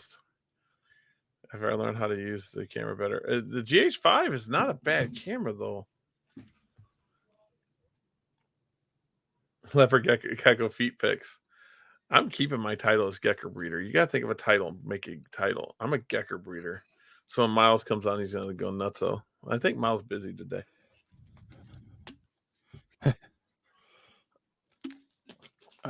There's a company that raised money to bring back some extinct animals, and like the dodo bird, they got like $100 million to bring it back because they have DNA of these animals, woolly mammoth and the thylacine. They're bringing all them 3 back already, but they've already started. There's a movie that talks about this stuff. Oh, is there? I don't know if it's a good idea. Why do you say that? I'm just asking. To bring back dinosaurs, we're going to die. Oh, that movie. Well, I don't think we're going to bring back dinosaurs, but they're just bringing back the mammoth, the dodo bird, and the thylacine to start. I'm all for wildlife. I love wildlife. I think that we overpopulate the world, but the woolly mammoth is a big animal. Yeah. So if they bring back the woolly mammoth, are they going to try to release it in the wild? Is this going to be a zoo thing? Yes. No. See. Okay. They've determined that woolly mammoths actually kept the. Do you ever hear this theory as to why it keeps the earth cooler? No. Because since the woolly mammoth has disappeared, trees have grown where the tundra is at. And because trees grow, it absorbs a lot of radiation from the sun, which heats up the ground, which actually promotes global warming to a point. And the reason they've discovered this is because what they did is they put a bunch of animals, like Arctic animals that eat grasses and stuff in areas, and they've bulldozed the trees down, which is what the woolly mammoth would prevent the trees from growing, and the temperatures actually dropped in the area. So they're going to bring back the woolly mammoth, and they figure in 20 years time they should have like 600,000 woolly mammoths in these areas. So you're telling me that humans don't destroy trees? Not where it needs to be destroyed. We destroy trees that are remarkable. Yeah, I know, but we destroy more than any other species. We take more than any other species alive. Well, did you hear about the other thing with South America with the rainforest down there? It's not natural. They said there was rainforest there, but the trees now are native to there, but humans cultivated them thousands of years ago, and then when the humans died off because of smallpox or whatever, the rainforest that we see today. Nothing's So we natural kind of that humans touch. we're like a parasite, I guess. Yeah, so I question bringing back anything as a human. It's like you name one thing that we've done good for Earth. That's hard to say. I don't think there's much. It's like, hey, yeah, let's bring back this animal. Let's do this, and I don't know. I mean, I don't know. The three things they're bringing back first are the three things that they believe that humans created the extinction of. Woolly mammoths were overhunted back in the day because people ate them. The dodo bird, again, was around till the 1500s, was it? And pirates ate them. And the thylacine people killed off in the 1900s here just because of they thought they were killing the native animal, not natives animal, but like farm animals and stuff. And turns out once you remove like the thylacine, which was the top predator down there, all chaos starts over. Happens. They got diseases down there on like the Tasmanian devils and stuff that is out of control because the thylacine isn't there eating them off. There's a reason for everything. I don't know. The reason I say leave it alone, but I don't know. I don't know. Yeah, if they're working on this, they're working on other animals that they shouldn't be. But well, I mean, they went extinct. They said for overeating, but we still hunt. We still do all that, and they say that we're doing it for population control. But we got 1 million people within a 50 square mile radius in a city. And we talk about overpopulation, and I'm just like, what are you guys talking about? Bringing back the woolly mammoth. I mean, I'm not a scientist. I might be talking out my rear here, but who knows that the woolly mammoth didn't die off? They evolved. Aren't they related to the elephant? To a point, but the elephants were around at the same time they were around, so they know they didn't evolve into elephants. Well, that's what I'm saying is that it could have been. It could have been. They started. Did they both start at the same time? Everything came from somewhere. Yeah, but I think elephants, Indian elephants, woolly mammoths, and what is the other one? So if they lived at the same time, why did they go after the woolly mammoths and not the elephants? They probably did go after the elephants in Africa, but the woolly mammoths are what lived in North America and the northern hemisphere, and that's where most people started. Well, not started, but that's where they took off at, Mastodon is what I was thinking. Yeah, I got so many questions. We need a scientist on here so I can ask him questions. Yeah. You think it's wrong though, don't you? I don't know. I wouldn't bring it back. I'm a firm believer. Now we're going to start getting into socially talk type stuff, but the government gave you religion. Frank, Mastodon. No, upper ups gave you religion, and then they gave you science to fight it. See, like here's the problem with religion, though. All right, everybody reads from the Bible's been manipulated and interpreted, and things have been taken out that people don't want you to know by man. But religion's not just Christianity with the Bible. There's tons of different religions. No, okay, yeah. Well, I'm talking Christianity. Yeah, so I'm talking man. Some uppers gave them a religion to follow, and then they gave science to fight it. So if we can bring back the woolly mammoth, and we can prove evolution, I just may. Josh, I may. I heard that theory though about the woolly mammoth a long time ago, and then now I just recently saw that they were bringing it back. So, and they're bringing it back with an Indian elephant because the Indian elephant is the closest related one to it. However, what about damaging the waterways? I mean, I think that's hurting us more than anything else too. That's true. I mean, how much sea life has died? And I mean, there's a gentleman that Evan had on his podcast, and he recently had on his podcast, and he said he was studying crayfish. Well, this made Gary go down this rabbit hole, and how much crayfish affect land. Do they really? Yes. And I was like, what? you know, where they go and what they do and how they do this and how many different species there are and all this other stuff. And I mean, I get it, I guess, global warming, but I would think that humans tear down more trees than woolly mammoths ever did. Well, they say if you stopped fishing the oceans for 8 years, it would bounce back to what it was completely full. But nobody could fish it for 8 years. So, but as for global warming, I don't think humans play much of a part in global warming. There was a time at the Earth that the carbon dioxide and all that was. It is now. It's a cycle that the Earth goes through. That's my belief. See, I think they did go after elephants. There's only two kinds. What kind of elephants? I don't know what kind of elephants. Is there only two? I know there's an Asian elephant. There's which is the Indian elephant with the Asian elephant, yeah. And then there's the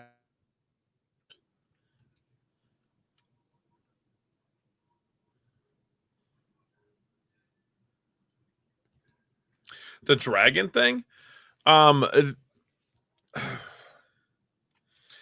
Here's my theory. I have a theory. A dragon thing. I think that there was a reptilian flying animal at time that humans and it existed at the same time, and that was their explanation. And when they died off, they still went through folklore. I don't know if there's fire-breathing dragons, but do you know, have you ever played the game? There's a game that you start with 10 people, and at this side, you say, you know, Gary breeds geckos. By the time it gets to the 10th person, it is Gary breeds ball pythons, you know, or whatever. It's saying that during generations, the stories will change. But the Syrian elephant, I don't know. That might have been a real elephant. I don't know. Or it could have been an African elephant too. That they just pretty close, you know. Do you know this is a good topic? Because we're fauna radio, we're not reptile radio. We should have a topic of everything about this extinction, about bring back the woolly mammoth, and this discussion. This could be a good discussion for next week too. My theory on dragons is everybody had a, you know, like they don't all look the same when they draw pictures of them though. So, you know, I think everybody evolves and everybody's mind works in a certain way, and then that's their way of explaining certain things, you know. Yeah, the dragon thing, I that was my theory, is there was a flying reptilian animal. Which is possible. Yeah. Very possible. That we killed off, right? Yeah, and it got killed off and it died.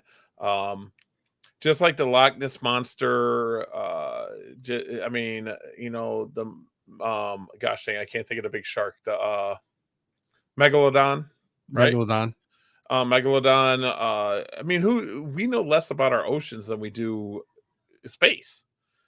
So, I mean, it's really weird. Could there be a megalodon in the ocean? I would say yes, there could be. There's a possibility of anything.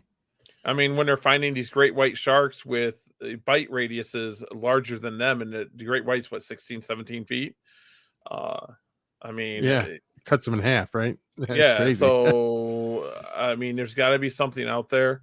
I mean, there's species being discovered to this day on land, let alone the ocean. Every day they're finding something. Yeah. Well, another thing with dragons is, all right, you get people that in Africa had the Nile crocodile.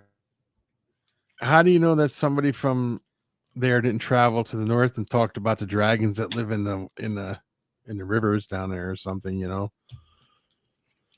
Nile crocs are dangerous, man. They got an attitude. And people are buying them in pet trade. Here now? Yeah. Oh yeah, I seen one for sale at a show 3 weeks ago.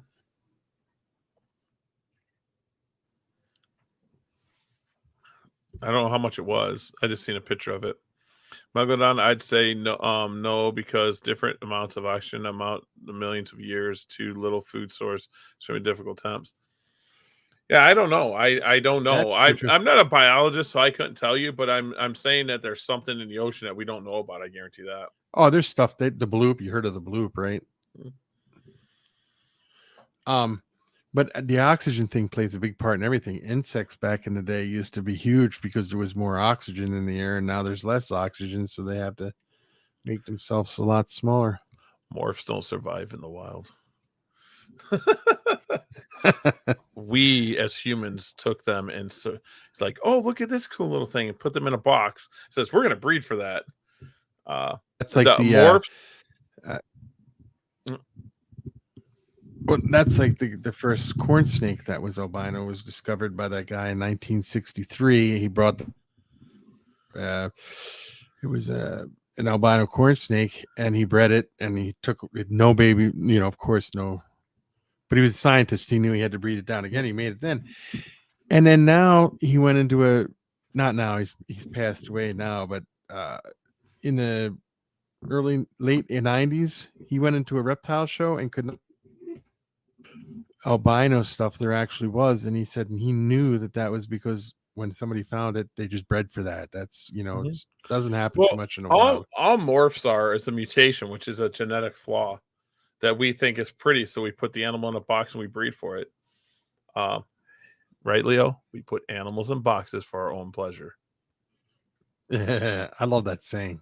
I mean, that's what we do. So we take these genetic flaws and we breed for them. So now we can get on a rant on this. All mutations are genetic flaws. And everything. I had a friend, Shamos, that used to talk in my reptile forum, the reptileroom.org, back in the day. And he would say, you don't know what these genetic flaws are except for what you can visually see. And the first mutation that came to my mind when it happened was Enigma. Enigma's beautiful, but we couldn't see it until it started spinning. Lemon frost, beautiful, created tumors. He also used to say, what if this albino line has enlarged hearts? What if these had liver problems? We're breeding for those. And we're going to breed for those, and we're going to continue passing them on. He was right 15 years ago. He was 100% right. We're breeding for these genetic flaws, just like snow. Max snow and leopard geckos is probably the worst snow you can buy because the superform's an actual deformed animal. Its skull structure is wrong. It's thinner. It doesn't gain weight as well. So Max Snow, and someone's going to yell at me about it, but Max Snow is probably the... I'll do it now. Gary, how dare you? Max Snow is probably... If you could work with any snow, why work with Max Snow when you can work with Gem Snow, Tug Snow, same thing, Albie Snow? When we got Max Snow, it's a genetic flaw. The super form is a genetic flaw that we see. We can in the wild don't... I don't know. We made dragons. It seems the most beautiful stuff had the most flaws. Yep. Do you agree? You cut out again, man. Weaker animals are not meant to survive in a wild. Yeah, so like albinos and stuff. Now, could a snow survive in the wild? It might have. For a while, Eclipse could. Eclipse doesn't really change the animal that much. I think that's why Eclipse the world. No. But albinos, they didn't survive, but they do survive in ball pythons. Pieds survive. They found adult wild pieds and lessers and stuff like that in ball pythons. But in the ball pythons, all the mutations come from only a certain size, so many square certain area. It's not like it's all the ball. Yeah, it's not all the ball python area. It's only from one certain area that all the mutations come from. So. Yeah, so I mean, I know I get on a rant and I breed for mutations too, but I'm that person that puts it on the line. This is what I do, and I know what I do, Yeah, no, I agree. So, like a Bell albino, Tremper albino, rainwater, what issues are there? Someone's going to say, "Oh, the light hurts their eyes." Well, I think now does the Bell seem to suffer more from light problems? Yes. And in my opinion, yes. What I've seen, yes, bells tend to shut their eyes more. Like Tremper seems to not care as much anymore. I've seen, unless it's an eclipse, like a raid. So I mean,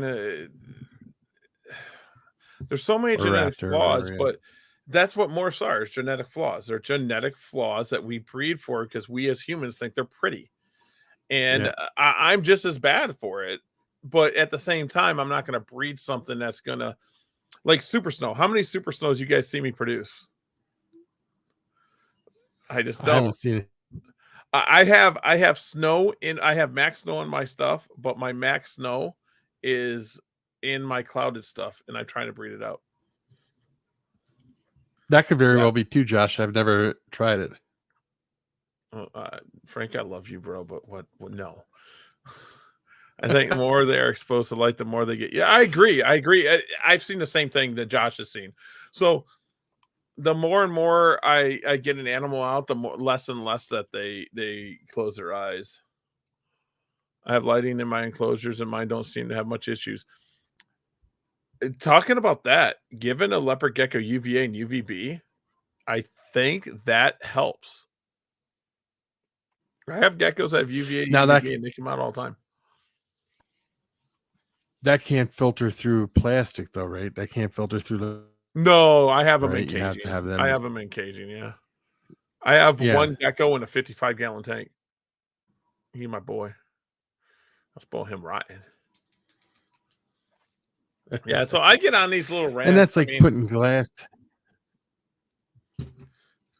The glass filters out UVA, UVB. Yeah. Yeah, it's got to be a certain type of glass. It doesn't for it to work. Do you remember when they first came out? Their snake got sunburns and shit. Well, the distance, so the power of the light. So it's just like if you're tanning in a tan bed. So if you have light too close, the UVA is too powerful and will burn your animal. Yeah. Gradually introduce the light instead of immediately turn on that. There we go. Frank's giving some good info there. Yeah. So morphs. I breed for it, but I also don't feel that we should put ourselves in a high mighty saying we breed these animals for the better of the animal. When we're breeding morphs, we're not. Then we're breeding for our own pleasure, which is fine. Let's just admit it. I mean, we take our collections. Could we release them in the wild? There's no way. They would all die. They just would. So regardless if they were normals or not, they probably would die. Yeah. Most of them would anyway. I just bet you lived in Florida. Maybe. Yeah, Florida, everything lives there. I just am not one of people I'm not going to breed Enigma because I know there's problems. I can see it. I think the animal suffers. And Lemon Frost and what other lines are there that Super Snow. I don't breed for Super Snow at all. I can count on one hand how many I produced last year. And you want to know why I produced them? Because I have a pair of Snow Het Bell Het Patty. Oh, and you were working on that. I was working on that, and that's how I produced those. That was it. That's why I produced a lot of those, and the other one came from a clouded line that I paired the original clouded son and daughter from the original line. Everything's Florida. Yeah, so I'm one of them people that's like, hey, like, why do we need to study a morph? It doesn't. Breeding something to study it or breeding something for it's going to hurt. I mean, we breed for pet trade. Let's be honest. It's almost now with like leopard geckos. It's almost a rarity to have.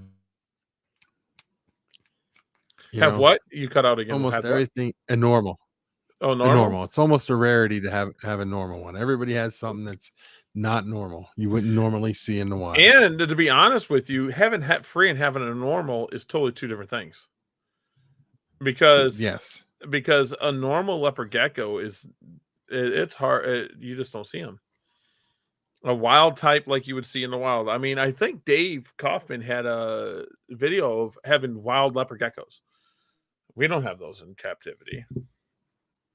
I mean, it's rumored that Macularis is just it's a mutt. Macularis is a mutt. Could very well be. I don't know. A lot, 100%. Frank just hit it. A normal leopard gecko is a lot smaller in wild. You don't get 60 and 70, 80 gram animals in the wild.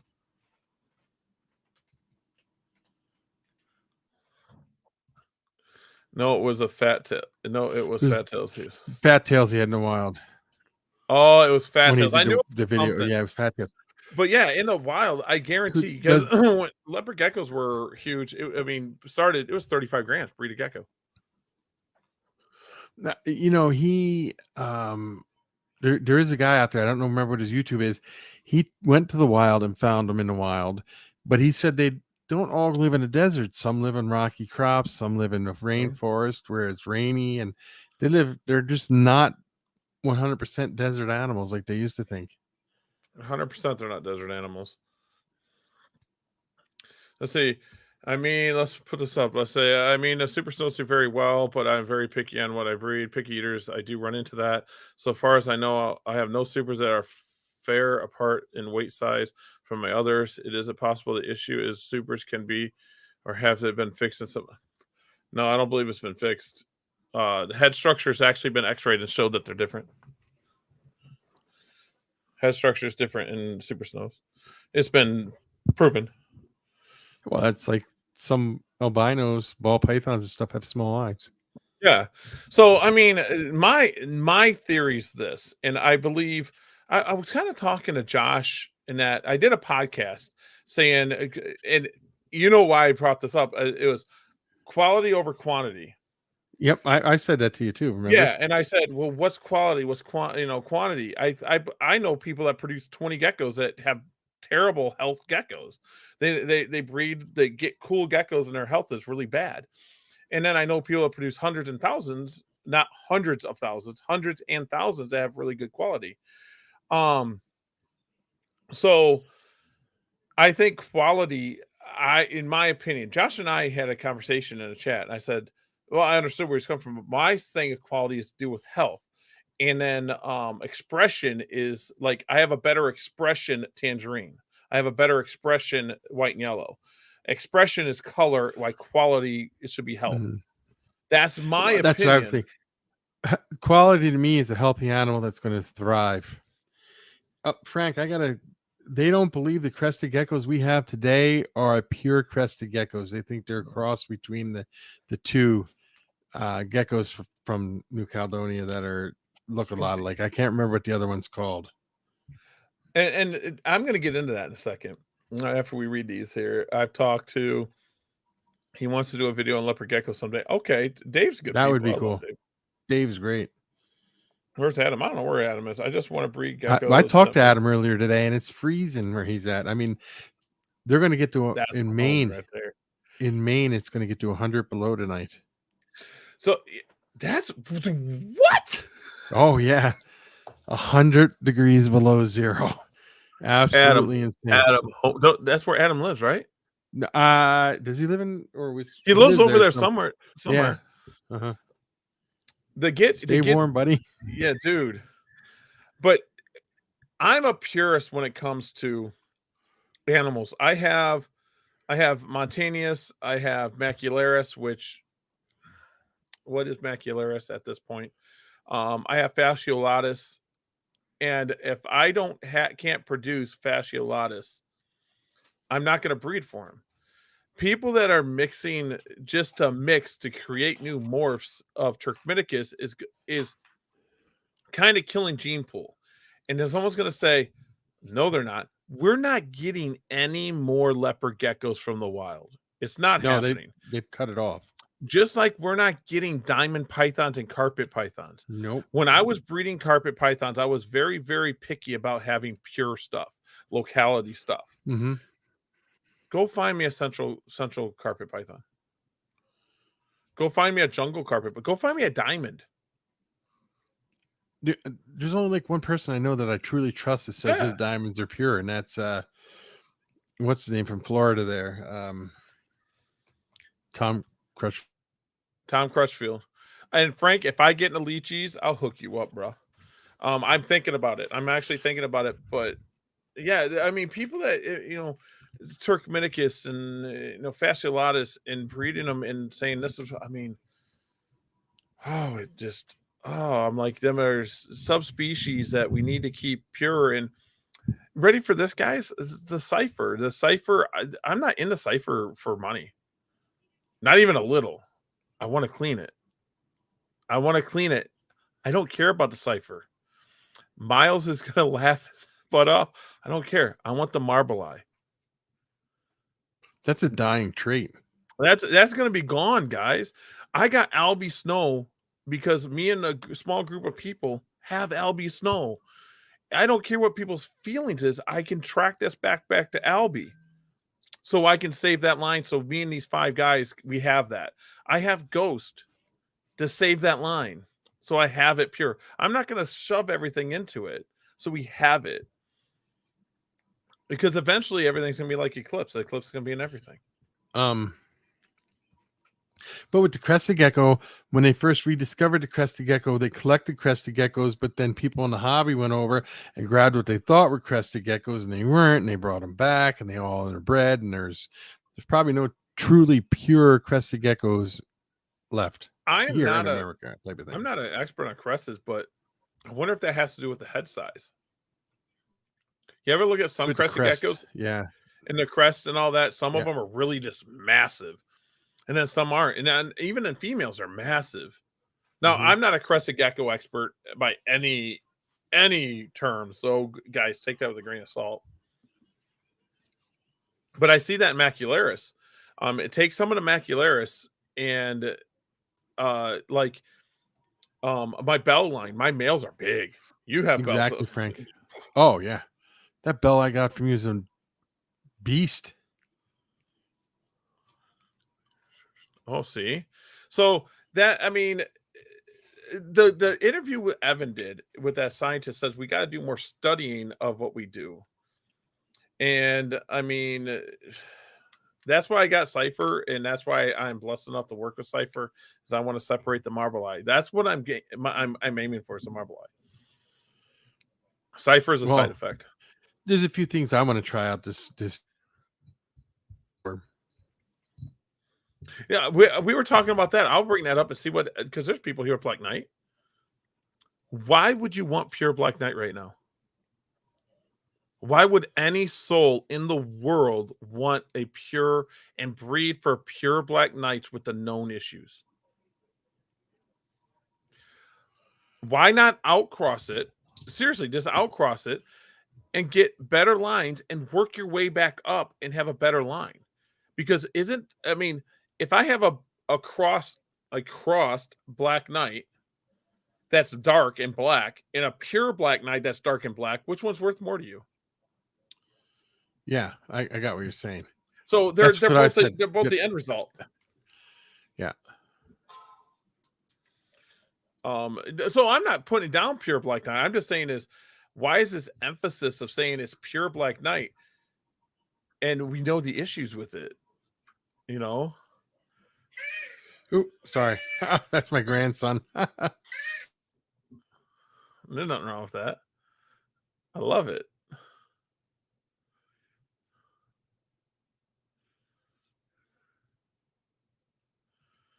Good luck. No, good luck. Marble eye is not common.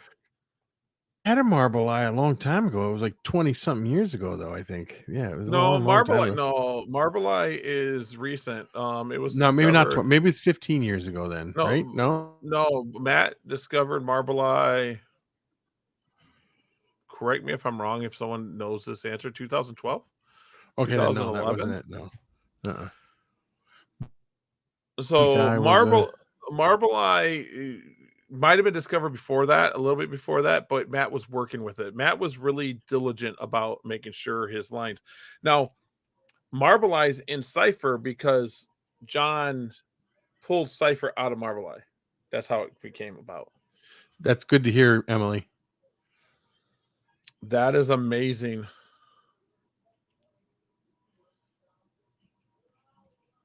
I do. I do.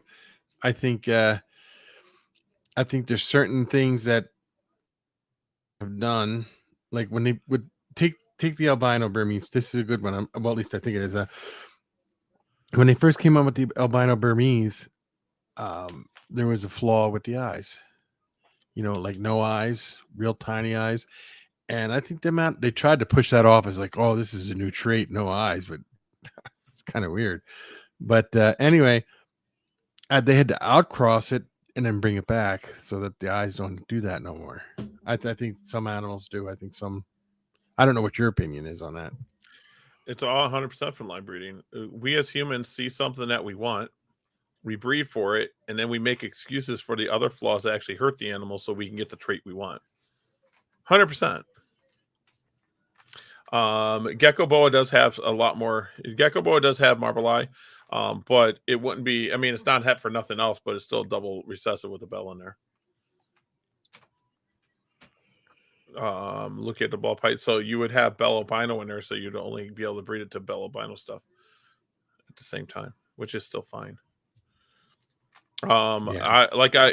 I'll show you guys something. Let's see. Well, the fainting goats is a natural thing, though, but now they've bred it to a point where it's extreme. I think. I don't know. I'll show you guys something here. Here's a question for you. Now you got the fainting goats, right? And they say they faint to ward off predators. How the hell does that stop a predator? Wouldn't that be like throwing itself on a dinner plate and saying, "Here I am"? That's what I would say. That's what I would say. So this is a bad picture, but there was the first dreamsicle. Okay. So the front feet aren't formed. That's what I was gonna say. There's something wrong with the front foot, right? They were strings. Like that string coming out from underneath it that string is part of its left foot. Oh. So this animal did not survive. It survived for a little bit, but didn't survive long. That's one of the first dreamsicle. And Enigma has a lot of issues. And that was the Enigma in it, right? I don't know what caused the no front feet, but I will say this. I've never hatched anything like that until last year. I hatched another thing, something similar to that. But I do produce a lot, but I don't know if I'm going to pair them to geckos. I don't know if I'm going to breed them to geckos ever again because I came up with that. I don't know what I'm going to do with it, but I have the luxury of not breeding an animal. It's not going to hurt my breeding year. No. So I could have sat there and overlooked that and be like, okay, if I get this to eat, that was a very expensive animal at that time. I mean, we're talking thousands of dollars sitting right there. If it was in perfect shape, thousands of dollars. That people were buying stuff back then for ungodly amount of money. And if I could have got that to eat, I could probably force fed it and got that thing to produce for me. I could probably have done it. And but it wasn't worth it to me. It wasn't worth it for the animal to produce something like that. Good point, Emily. I mean, look at the British Bulldog. Cannot even all the babies have to be C-section. They can't even give birth. So why are we breeding that as humans? Why? The look that they've been doing that for hundreds of years. But that's what I'm saying is the look. Okay, so the look, we're again breeding an animal to produce it for our own pleasure, but we're kind of like, where's the line? That is true, Frank. They do spit their stomach contents. That's because they're related to the camel. Camel started in America and then traveled everywhere else.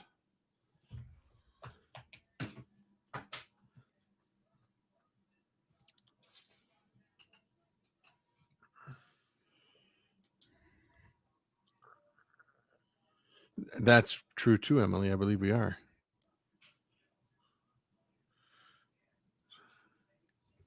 So yeah, we got going into this. We got to talk about this, like oddities in what we do. Like, guys, don't think I'm against breeding animals. I'm not. I'm not even far. That's what I do. I'm just a realist, and I know why I do it. And then I have to have some type of structure. I mean, I have to. I'm not going to sit there and go, oh, guess what? I'm killing. If I was breeding, let's say, I don't know, let's just say radars, and 80% of my radars were dying, I'm not going to breed them anymore. You know, it's just not worth it. It does in some spots of the world, though, Emily. With the certain animals do it. Well, all dogs, the dogs we have today aren't wild animals. No. They're all. That's what we do. We take what we want, breed for what we want, ignore the bad flaws because we want certain things. Now you hold a dog or a little miniature poodle in your hand that fits in your hand. Came from a wolf. Think about it. Mm-hmm. But yeah, no. What was I forget what I was going to say. You got that Snake Island down there off the coast of Brazil or whatever. Them snakes all interbreed because they're the only animals on that island. So reptile biology is a little different than some other mammal biology. It doesn't work with humans as much as like a reptile. We always try to put human emotion into animals, and it's not the same. No. Now, inbreeding or line breeding will present a what we call morph. So we line breed for orange. We breed orange to orange, we get orange and blah blah blah. But we also can get flaws we don't like big eyes. If someone one day wanted big eye leopard geckos, they could get the biggest eye leopard geckos, breeding the biggest eye leopard geckos, and their eyes would start getting bigger. It would just happen, just like we did with size of geckos. And my buddy Shamo said, what if they have enlarged hearts? What if they have enlarged livers? What if they got smaller lungs? You can't see that. And if we're breeding for a certain that's linked to that, we're killing off our stuff. So see, they're so inbred, and that's because their population was so low that they had to do that. I guess. I don't know. To keep them around. Generations apart. It could be. And I've heard about it. I have not seen it. I've been told about it. Yeah. See, now here's a story. I have figured this out. Back in the day, I would say about 5 years ago, I've always bred dubia roaches, okay? And I thought inbreeding the dubia roaches made them smaller. If you didn't add new blood, it would make them smaller. I found out that's 100% wrong. Oh, is it? 100% wrong. It's feeding. I feed daily now. All my stuff gets big. I was feeding 2-3 times a week then. The animals matured faster, or not, I mean slower, and they stayed smaller. So when they molted, they weren't as big, and then the females were smaller. And it had nothing to do with it. It was just I didn't feed them up. So now I feed daily. They're all huge. Yes, Frank. That video is so amazing. Gary, I'll have to share that video with you. What they had is these birds on the Galapagos Islands, and they were similar birds. They were from the same genus, but they were different species, and they ended up breeding together. And what happened is after a while, they made their own new species, and now their own new species has taken over the island. There we go. Something like humans. Kind of something like it, and it kind of made the other ones go extinct to a point. Yeah, you need to send that link out. That was a great video. Yeah, there's so much. We could go on this topic. Yeah, this is a good topic. Yeah. So there's oddities and stuff, and I mean, I still say that there's so much that we don't know. Like I've been called a gecko expert so many times. I'm not even close. There's so much I don't know. As soon as I know everything, I'm going to retire. I'm done. So that means you'll never retire because you'll never know everything when it comes. It's just there's no way I'm ever going to know everything. Mm-mm. And that's when I'm a purist because of that. And it's like jungle carpet. If people don't know, I used to breed carpet pythons, and I brought the carpet python world into the gecko world. I wanted to be a purist, and I have Mantaneous females. I don't have a Mantaneous male. I turned down a male. I was looking; they're hard to find. A friend of mine, my buddy Miles, had one, but I passed on it, and I believe Ethan bought it. I believe, but I wouldn't take a Mantaneous male and I wouldn't breed it into Macularis. I wouldn't do it. Yeah. I was going to breed Mantaneous to breed it to Mantaneous. That's what I was going to do, and I was going to create a Mantaneous group, and and I want to create a Fasciolatus group. Now, am I going to judge someone that's going to buy Fasciolatus from me and breed it into Macularis? No. I'm just not going to do that. Well, I mean, my Fasciolatus, I'm not totally sure what I'm going to do with those this year. I don't even think I'm going to breed them. I don't think I'm going to. No. Fasciolatus is a little bigger, lengthier. They're different looking. I should show you. I should show them a video one day. Macularis, my Macularis breeders are smaller than the What are the ones Fasciolatus. that Heidi just got? She got Fuscus, which is oh god, and Hardwicke. The Fuscus, that's the one I'm talking about. That was so cool looking. Fuscus is a dream. It's on my bucket list. Males are almost impossible. They're harder than Montanias. The Fuscus males are just you can't find them. And she found now one. Is that because of the way we incubate eggs? You think or something that they're I don't lower? think they're top sex. I don't believe you can top sex them, in my opinion, or we would have more males. But Heidi has them now, so I'll have them soon. How big are Pure Max? My Max are around Pure Max back in the day, 35, 40 grams. My Max are about 65, 70 grams. So the Max I have are from Steve Sykes. They came through Miles, and then my original pair, but came from Steve Sykes through Miles. Miles bought them and gave them to me. And then I went to Steve Sykes' site one day and I bought all his Macularis. Like every Macularis they had for sale. Sometimes you got to do that though to get what you need. I just wanted them all. Now I had 3 male Macularis hatched this year. 2 didn't make it. I still don't know why. They just didn't eat, and I have 1 doing great. All my female Macularis are doing great. Babies, all of them are females, are doing great. My males, I don't know why. They were from different pairs. It's like the males didn't want to do well for me this year. But again, you breed animals, and it happens. I can still count on one hand how many I lost out of thousands I produced. Or 2 hands. Sorry, 2 hands. It happens everywhere. But yeah, my Macularis are pretty insane. I do have stubbers. She's a stubtail, regrown, so she's got like a button. She only gives me 1 egg, but she gives me the prettiest baby, so she's awesome. That's from my blood stuff. My blood males are huge. That one blood male, ever see his head? I showed you a picture. He's just a beast. Yeah, my blood stuff is huge. M7 is actually one of my smallest blood, and he started it all. He's one of my smallest blood males that I use still. I still use M7 because I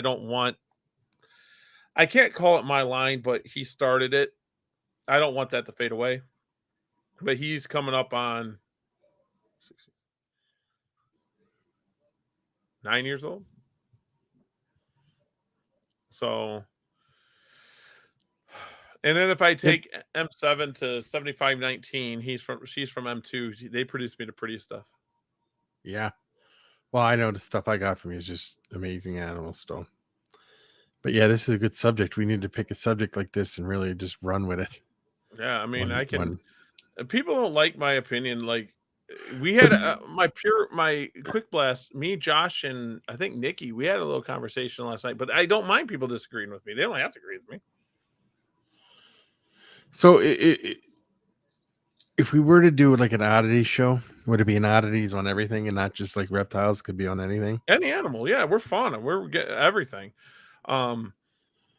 I really, really like the animals, but I'm not an expert, especially when we start going off. I'm going to tell people I have no, like the elephants. I don't know. I give my opinion. I don't know. I've heard, I watched some so-called true experts say something that I know is false. So yeah, I heard a true biologist expert who goes in the wild and finds animals and was totally wrong on what he said about 2 species of snake, like the anaconda and the retic, on which one was heavier and which one was longer. And it was just like, he's wrong. I know he's wrong. So I was like, I'm one that if I know something, I'll tell you what I know. If I don't know something, I say I don't know. Like you asked me a question the other day. I'm like, I'm not totally sure. This is what I would do. Yeah. I don't know. I think some people just don't like saying I don't know. They feel vulnerable. When they say I don't know, you learn the most. Well, that's what good hosts do, Emily. We read the chat as we go. Yeah, we got to read the chat. You guys will keep us going. Six-eyed bears and cats. I love Leo. Leo's like one of my favorite people in the world. I love Leo. Now, you see, okay, now going back to bringing animals back from extinction, like the mammoth, the dodo birds, and the thylacine. Yeah. How long do you think it'll be before one of them say, "Let's a short no, what is it, a short snout bareback? Is that what they're called, or whatever? That what I can't remember what they're called. Where's it end? So there. I mean, Is that where's what it it's end? called? The extinct bears. I Yeah, gotta the look it big up. one. Isn't short snout a big one? Like big? Short snout. It's like I think that's what it was called. Or Well, what bring about them back the saber-toothed tigers, stuff like that. what about that? I can't think of the dog. What's the name? Where it had the zebra stripes halfway. The Thylacine. They're bringing that back. yeah, that. I It's a mean, marsupial. It's not a dog. oh, I didn't know. You know what I'm talking about in Australia? Yeah. It was an Yeah. Do Australian you know? species? I learned a few things out about the thylacine. Okay, they had a mouth that would open 180 degrees, right? So they had a actually very large mouth, very very large mouth, but it had a very weak bite. Tasmanian tigers. So That's what I was thinking of. yes, thylacine, same thing. Oh, that's what same thing. Okay, okay. Yes. See, Yes.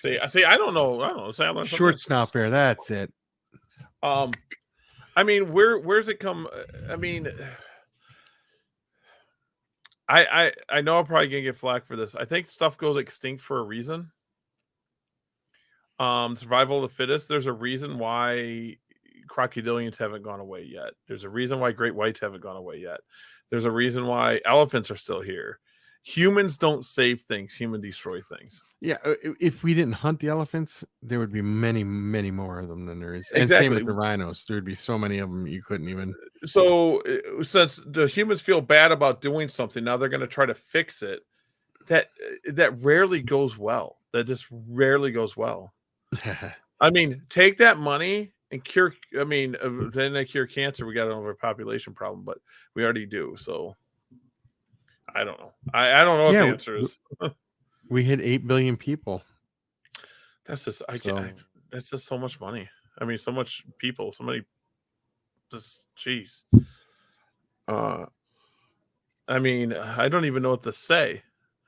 I don't know. This is so many people. See, Frank, they've been saying it for a while, but they actually had to get funding for it. And once they actually just recently in the last month, got $150 million in donations to bring these animals back. So now they have the funding to do it. The gray wolf, I agree. They have hunts here in Wisconsin, which I'm totally against.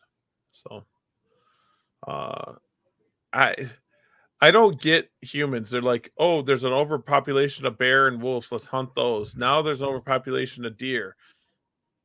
Well, the wolf can't come on my land, and I just where's it stop? I don't know. I wish I want to move where the concrete ends. Yeah. Leave a small footprint. I'm one of the firm believers in when I leave, and the thing is I'm using computers and I'm using energy, and so I'm kind of contradicting myself, but I want to leave the smallest footprint on Earth I can. So, but Earth will consume itself. All the stuff that we did, if we died off, it would all go away. Yeah, it would all become dirt real fast. We don't even make things today to last. Like they made the pyramids back in the years. The buildings we live to make today, 100 years of no maintenance to them buildings are gone. 100%. The pyramids, dude. I know this is a reptilian, but why are they like going into them tombs and saying, "Hey, let's open this up"? Okay, I mean, why? I have a question for you. Here's a question for you. Inside the king's tomb over there, the slab that's on the top of it is 70,000 tons or something. How the hell did they move that? You are not moving that with sticks and stuff, Yeah. man. I don't know how they moved it. I think we should just leave them where they're at. They were buried. Leave them go. Just let it go. Just, Wake up tomorrow and there'll be mummies running around, right?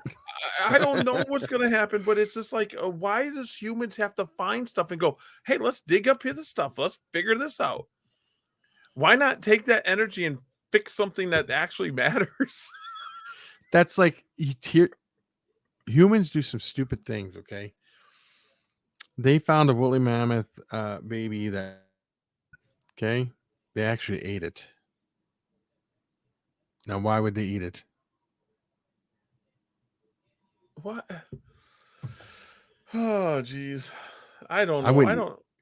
Wait, you catch something funky from them animals from back in the day. Maybe I don't understand why anyone does anything like the whole tomb thing really bothers me. Okay, these Egyptians, okay, did things that we don't even know how they did it. Correct? Nope. We don't know how they did it. Yeah, no. Do you know how accurate that is? The base of the Pyramid. The base of the pyramid, if you times it by certain numbers, the actual circumference of the earth, and if you go from the top down and multiply that by another number, that's the actual circumference of the earth going the other direction. And degree off of facing directly north south from the point to point. It's really weird. I don't know how they came up with that stuff either. How they figured that all out. The tomb of the queen, that girl, that lady, the most famous one. I can't think of her name. They just found her tomb. And the tunnel is like exactly 1 mile. Huh? Yeah, how'd they do that? And the tunnel shouldn't be staying up. It's like really weird. Yes, I go down these rabbit holes. I'm sitting there yelling at the YouTube screen, going, "Why are you doing that? Why touch that? Just leave it there." These people had powers that you don't even know about, and now someone's gonna laugh at me. But just leave them buried. They're fine. They're buried. Leave their homes alone. I have a theory. Did I ever, the what is it? The youngest driest theory. Did you ever hear about that theory? Cleopatra. Okay, they said that we were very advanced back in the day. All right. Okay. And we go through a comet field every October and every June. Same comet field. Tunguska, the explosion that happened. That was a comet that hit the Earth back in 1908. Yeah. Okay, we were going through the field then. And they feel that we went through a comet field that actually had bigger chunks and they hit the Earth and kind of set us back, killed off a bunch of people, set us back, and we had to start over again. So they think that we had technologies that were more advanced than what we have today until that happened, which could be possible. Maybe we reset. They're trying to revive viruses. Yeah, the zombie virus. Did you hear? It's called the zombie virus. It's weird. Oh man. Okay, people are stupid. They found them in the tundra. I mean, in ice or something like that. I get finding bones, random bones and stuff, but going into tombs, and we're sitting there like, how did they make these? How did they do this, dude? They do something that you don't know. Don't be going steal their gold and all that stuff. They're like, oh, this treasure belonged to Cleopatra. Leave it there. It's hers. We good. We good. Did you hear the Yeah, no, I agree, because you don't know what they've done. But did you see the but Cleopatra? She's not like, she's one of the younger ones. Yep. Compared to the older ones. But anyway, they were talking about monkeys, not monkeys, but like apes, like chimpanzees, orangutans, have the Stone Age. Did you hear about that? There's a place in Africa where there's a tree that has a hole in it. Okay. And they've been observing these chimpanzees go up, and they take an offering and put it inside the tree, and they kind of pray to the tree, and then they leave. And then another one will come up and do the same thing, and they do it. And then a group of them will come up and do it. And it's like they worship the tree, and they they pray to this tree, and they kind of started making weapons to a point to where they can go physically hunt things. It's kind of weird. It's a whole thing. It's like the orangutan hunting for fish with a spear. Did you see that? Yeah, I've seen that one. Yeah, but the chimpanzee was another one, and they said monkeys, the greater apes, are kind of hitting a Stone Age type of evolutionary part of their thing, I guess you could say. Just like COVID-19 is not real. Yeah. Mm-hmm. I don't know if it's real. I just like taking people off. Now, COVID-19 is real, but I think we can create our own immunity to it to a point, because it's already started happening. People started getting immunity. The numbers are down. People ain't getting shot, vaccines. See, here's the problem. You know what made COVID worse? The vaccines. Would you like to know why? Because the vaccine is supposed to prevent you from getting the virus. If you get the virus, it's supposed to kill it, right? Now, the vaccine for the COVID-19 never killed the COVID-19. What it did is it let it mutate in you, and then when you would spread it to someone else, and it was a little bit different. So that's why there's like 5 vaccines now, because it doesn't kill it. They don't kill it. So you're better off not getting your vaccine. I'm not going to say, get your vaccine. I would never say that, but I'm saying you're better off letting take effect, because you will become immune to it eventually, just like you do everything else, like we did with smallpox to a point. That's why when we came over here, we killed all the Native Americans off with smallpox. So the ice is melting. They're going to be there's viruses in there, and they're going to make vaccines for it. Isn't that how COVID didn't overseas? They called it China. Didn't they? What? Well, Wuhan is where COVID started at. Although COVID's been around, they've had it before. They've known about it. But it's kind of it started in Wuhan, which is a lab that actually works really a lot on biological weapons and stuff with the COVID vaccine. Kind of strange how it was released. Our vaccines for dogs have COVID vaccine in it. Yeah, but it's a different type. Yeah. Cattle so we know about it. Yeah. And then COVID. SARS? Is it SARS COVID? Yeah, SARS is a form of COVID. Now, COVID in cows and dogs is totally different. It's not even. I am people are so stupid, and they're like, oh yeah, let's just do this. I don't understand what some of the stuff that people are doing. See, this is what we're talking about. Socially Talk. We could do this too. Yeah. Did you hear about the spy satellite? I mean, the spy balloon. There's a spy balloon. Yeah, flew over from China. It's now over Montana, and they were going. China tried to say today it was a weather balloon and it was just blown off course, but it's making corrections. It can turn and do all this other stuff. It's got the balloon is so large that the payload that it's carrying to take pictures of stuff is the size of 3 city buses. So we just shoot it down and fall and kill people. Because it would fall and hit people. Oh. Why don't we just wait till it's over water then shoot it down? Yeah, that's what I said. Montana, there ain't nobody there. Why didn't they shoot it over a cow field or something? But they found 4 more that are on the way over, and they're going to take them out before they even get here. I think it was a test by China, by the way. I just have a theory on it. China's going to come after us. I thought China was our friends now, and they're not our friends now. I don't know. No, China's not our friends. China can't come after nobody. Do you know they're a dying society? There's more older people. There's 60% of their population's old and retired, and then the rest are middle-aged people where they're getting ready to retire. Have you ever seen Kung Fu movies? They know Kung Fu. Oh, with big long.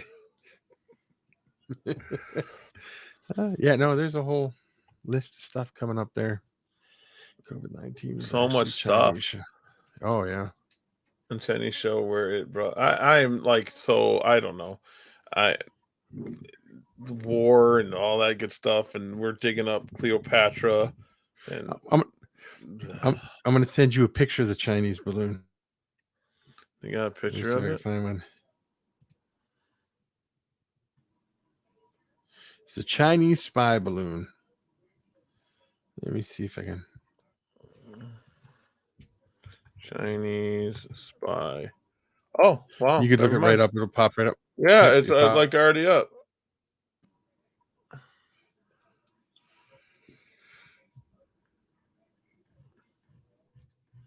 Other articles. Let's see a picture, dude.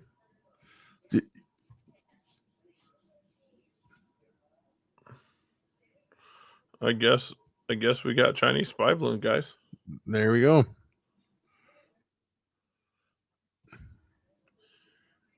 It's flying at 60,000 feet. 60,000 feet. Yep. Now, there's another. They're kind of not shooting it down, but they're saying there's no weapons on there or nothing. But can I tell you my theory is why they're not shooting it down? What if it's a test to see if we shoot it down and to see if they could actually release a biological weapon on the United States? Not saying there's one on there, but maybe the future ones will have it. They want to see how far they can get into the country before we shot it down to try to hit major populated areas with like some kind of biological. 60,000 feet, jeez. Yeah. Do they got video of it? Yeah, they got video all over of it. I guess so. Oh, Trevor Lawrence. I don't want to continue. I don't want to sign in. Collapse. I'm sitting in my driveway here in Billings, Montana. Are you sure that's 60,000 feet up? That thing is absolutely enormous. And right now there is a ground stop way into it on our airport, and this thing is up in the sky. And I have no idea what it is. It's been there stationary for about the last 35 minutes. It's about 5:30 on Wednesday, February 1st, 2023.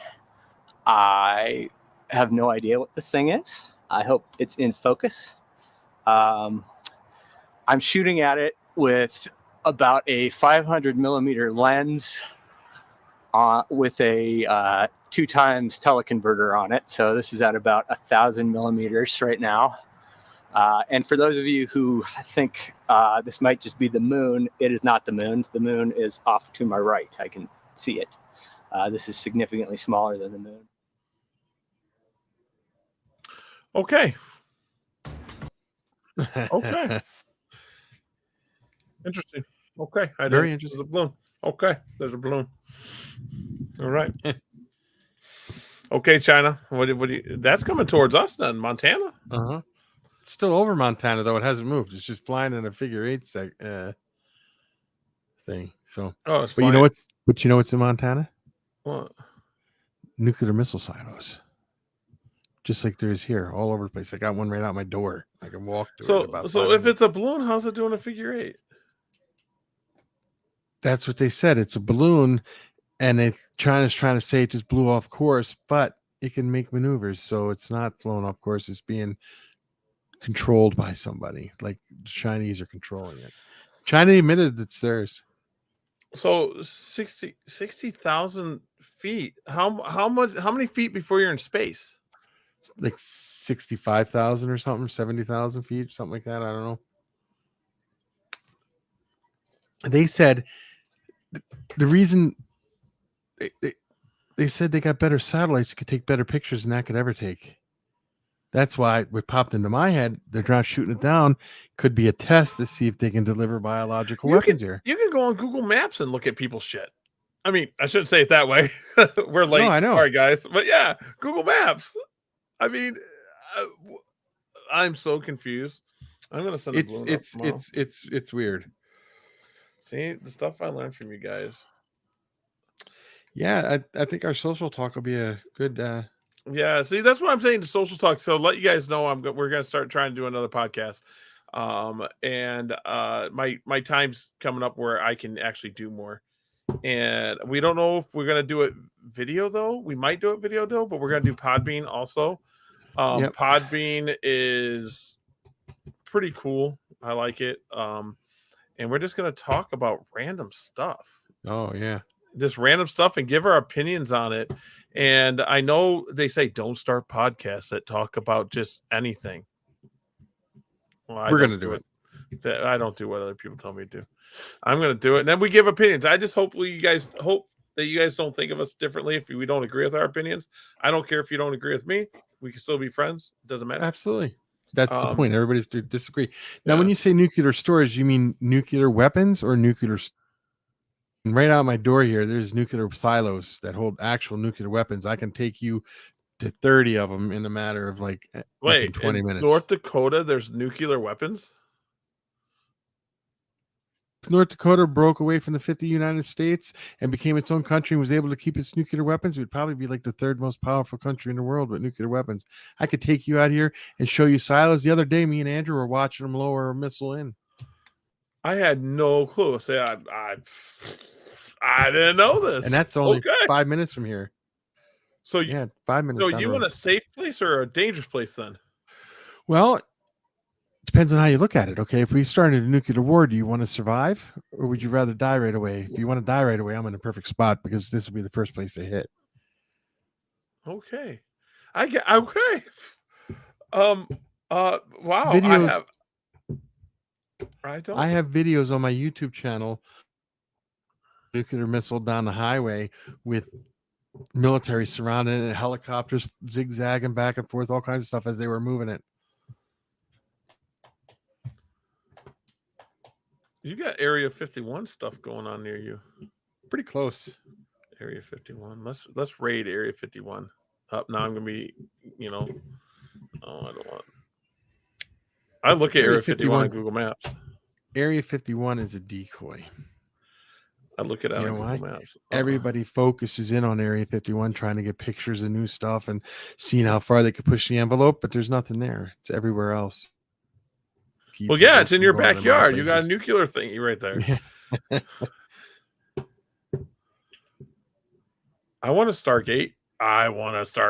Those Transformers. Oh, see, I'm telling you guys, there's some weird stuff. See, I don't know everything. I don't know what I'm talking about. I didn't even know there's a balloon flying in the air. I don't know. If I seen that, I probably wouldn't even think twice about it. Like, oh, whatever. I probably wouldn't. You got to start keeping up with your little bit of the news there, buddy. So that way we can, when we do our talk, we can really. I guess so. I didn't know there was a balloon. I'm going to see if I can get like China's. Dude, they got a president, right? No, they got like a dictator, right? What no, it's his name is President Zin or Zan or something. I'm going to give him a call. I'm going to call him up. You got a number? It's 1-800 Chinese. I'll call him up and say, yo, what's up, dude? How you doing? And did you hear what North Korea did today? No. They kind of threatened everybody, saying the United States has to stop what they're doing. They're actually creating a hostile environment that they would have to use all their nuclear weapons to defend themselves on, and it's coming quick, they said. What do we got to stop doing? All our tactical stuff we do over there and stuff like that. We do all kind of training and stuff like that with the South Koreans. Yeah, I was gonna say South Korea likes us, right? Yeah. Mm-hmm. So does Japan. Yeah, Japan. Yeah, because I have a friend that's over in Japan right now. Mm-hmm. And they get like really cool over there. Yeah. I don't know. Why can't we just all get along? I don't know. It's kind of strange to me. It's like, hey, yo, we hate you, but why? I don't hate you. I don't hate China. I don't care. Do your thing. Do China. You know what the problem is? You got too many big countries in the world that push their beliefs off onto letting people do their own thing. Just do you. Be the best you today. That's all. I don't care. China has a balloon over there. That's close to you, though, man. You're right there. You're right. Yeah, yeah. I'm not. Yeah. You need to get pictures of it coming over you. If it comes over North Dakota, I'll try to get a picture of it for sure. It's 60,000 feet. I was gonna say I can fly a drone up near it, but that's too high. I think my drone goes like 1,000 feet. Yeah. I mean, like my drone, I think someone had it up to like 1,800 feet at one time or 2,200 feet, and it's actually illegal to do. Oh yeah, I know, because that's in planes fly. Yeah, around there, right? Yeah, we're not supposed to fly our drones over 500 feet unless we have to get permits and all this other stuff to do it. If it's over 500 feet. Crazy. I've never had my drone over 500 feet. I think the most I've had is like 400. and that's, you can't see it. I don't care what I got a mini. I can't see it. And I don't know if it went over Washington or through Canada, but it came down across that way, Emily. And yeah, Russia. See, NATO kind of pushed at that too. See, the war had to happen. There's reasons the war had to happen. So, What's Ukraine. Russia doing? I thought Russia was like done. They were done. They were attacking. Whatchamacallit. That was over. Yeah. I'm so confused. No, they're still fighting every day.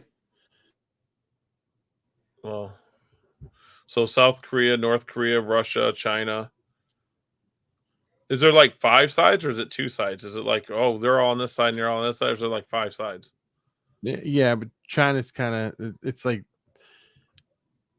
the United States, but then you got like Japan and all NATO and all them countries are on our side, South Korea, and then you got like China, which is with North Korea, and then you got Russia by itself, kind of. Why can't we be like Australia and just get along with everybody?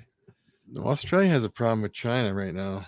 Oh, then not them. How about Canada? Has Canada got any problem with anybody? Yeah, they got anybody we got a problem with. How about Mexico? Drug cartels. Oh, Jesus, problems everywhere.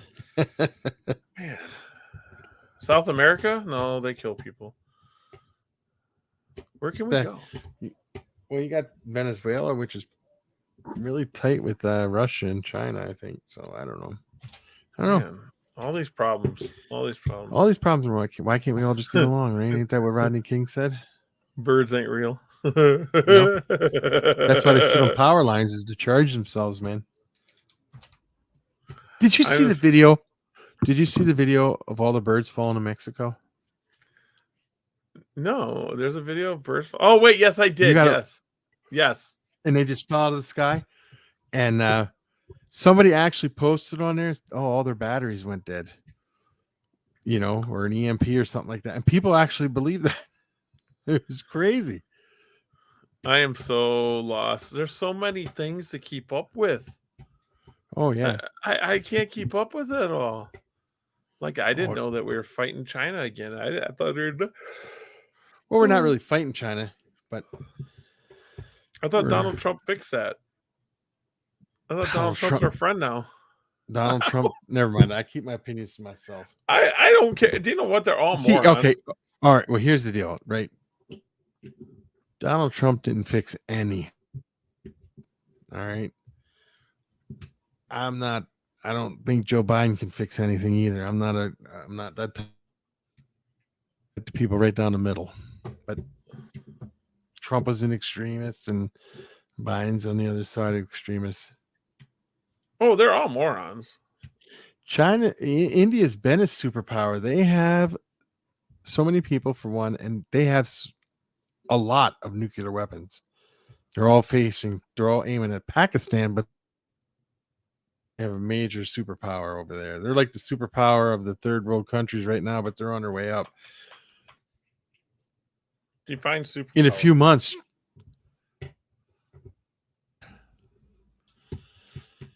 Well, the United States is a true superpower due to the fact that we spend more on our defense system than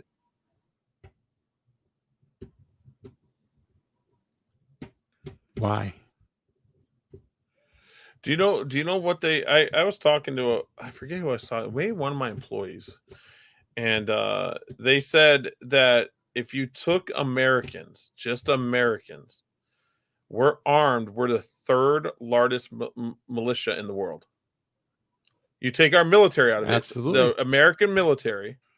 Then I forget what other country he said it was. And then he goes, it's American citizens. That's why people don't attack America. And I'm like, exactly. I'm like, oh, okay, makes sense. I mean, I'm armed. During World War II, Japan wanted to land troops in California and try to take over. But one of their generals said, you can't do that yet. And they're like, and the emperor was like, why? And he said, because you'll be fighting the American people. Every person there has a gun. You'll be shooting. They'll be behind every tree shooting at you. So Russian general who talked to this top CIA guy from back in. He said this top general from the old Russian army, from when we had the Cold War going. They had a plan. They had a plan. They had a plan for the American military. They had a plan for all the NATO military. He goes, but you know one thing we never had a plan for, and this is the only reason why we could never attack the United States.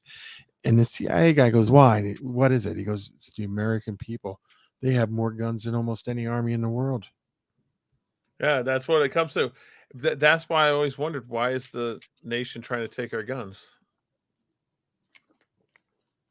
They're not trying to take our guns. There's no way they can take our guns at all, because the Second Amendment has nothing to do with hunting. It doesn't say anything about hunting. It has to be to control the government. That's all it's about. If you read it really close, it's to bear arms to control the government. It's to bear arms so that you can't have your rights infringed upon.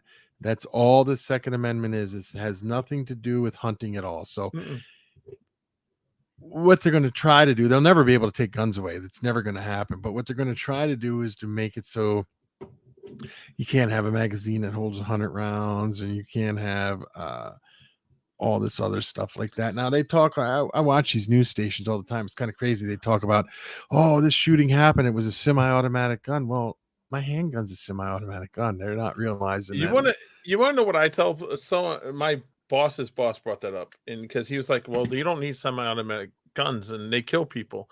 I'm like, bro, you can look up on YouTube right now and then go to Walmart and build a bomb. I mean, absolutely. I mean, you don't even have to go to Walmart. I bet you can go to your regular, you can go right down to the ag store and buy enough stuff to make a bomb. Yeah, that's what I'm saying. It's like, I mean, like, it's not the guns. It's not, I mean, it's just, if you want to destroy something, you're going to do it. It's the people. But oh, dude, there's so much confusion. Frank, I sell propane and accessories. I tell you what. Propane right there. I mean, shoot. I mean, because we were talking about, I get in weird conversation with people. And the guy telling me, goes, yeah, the third largest militia in the world is the American people. And I'm like, what? Mm-hmm. And I'm like, there's no way. And he goes, did you mean militia or military? He said militia, but that's because we're militia. He compared it to a regular military, though. Yes, right? Yes. So, I mean, like he said, it was American military is number one. There's no one bigger. And then I forget who he says number two. I don't know if he said Russia. Was it China? Might have been China. I don't know. It would be Russia. It might have been China or India or something like that. It said that there's number, and then it's us. And then he said, if you combine American people and the American military, we over double everybody. And I'm like, well, just take a look at the American Navy. All right, what do we got? Like 11 or 22 aircraft carriers, something like that. The rest of the world combined don't have nowhere near that. I didn't know we had that many. They're even that close to what we got. I didn't even know we had that many. Jeez, oh Pete. I do say this though, and what the SR-22 or S-72, whatever the Blackbird is, and all them planes that were built in the 60s and 70s. What do they have now? We don't even know. You don't even know yet. Yeah, no. We didn't find out until them 30, 40 years old. Then we found out about them. Like the Flying Fox, they called it, or something like that. Yeah. The SR-22, I think it is. Yeah. Yeah, I'm like, okay, that's a cool. I was obsessed with that plane when I was younger. When I was like, that is the coolest thing in the world. And what do they have now? Oh, those people claim they see all the time. Yeah, I mean, here in Wisconsin, they build tanks. I know that. Oh yeah, I know that. I know that. Tanks. And they're not allowed to see where they drive the tanks. They're not allowed to have their phones in there, take pictures of nothing. Nothing. Nope. I'm like, well, what's in there? And they go, we don't even know. SR-72 Blackbird. There it is. I want one. How do I get one of those? B-2 stealth bomber. I want one of those too. The stealth 2 bomber, the B-2 stealth bomber is outdated already. We know about it. It's the stuff you don't know about that's top notch. I remember when I was younger, a comedian was on TV talking about Reagan. Said he was talking like he's like, yeah, dollars on all these invisible planes, and the guy was walking on the stage going, "Boop, there's one," you know. Then they came out with this stealth technology, and they really did exist. I'm telling you, screw this. I don't even know. Dude, it's 11 o'clock. I got to get up in the morning. It's Saturday tomorrow. Yeah, almost 3 hours, man. So you guys tell us, comment below, tell us what you guys think. Socially Talks can kind of be what we were talking about there. We're going to be talking about everything and anything, but we need to do an oddity show here for like different animal stuff. Bunch of pictures together too. We'll try to get pictures together about it. Yeah. So yeah, we can do that. You guys, you rock. So there's still service. I want a blackbird. I want that. But yeah, we'll talk about some cool stuff. And maybe we'll just do it live too. Who knows? We'll put up on Podbean. But I found out that our shows and under do better as podcasts. But even though these guys like it live for 3 hours. Yeah. But I think, do you think that would even do good with what we were just talking about? Like the social talk? Do you think less than an hour would be good, or do you think I don't know. We have to talk about it, see what we can do. Podcasts my 15-minute blasts have been doing pretty good, but I'm still learning the podcast part. But who knows? If we're getting listeners, who cares? You do know, right? What's that? You cut out. The greatest podcaster in the whole world? Joe Rogan. But that dude's he's got the biggest podcast out there, and he doesn't go under 3 hours. Yeah, Joe Rogan's awesome. Joe Rogan's amazing. I like Joe Rogan. But you guys are awesome. We should jump off though. Yeah, I agree. All right, guys. You guys are awesome. I appreciate you guys watching.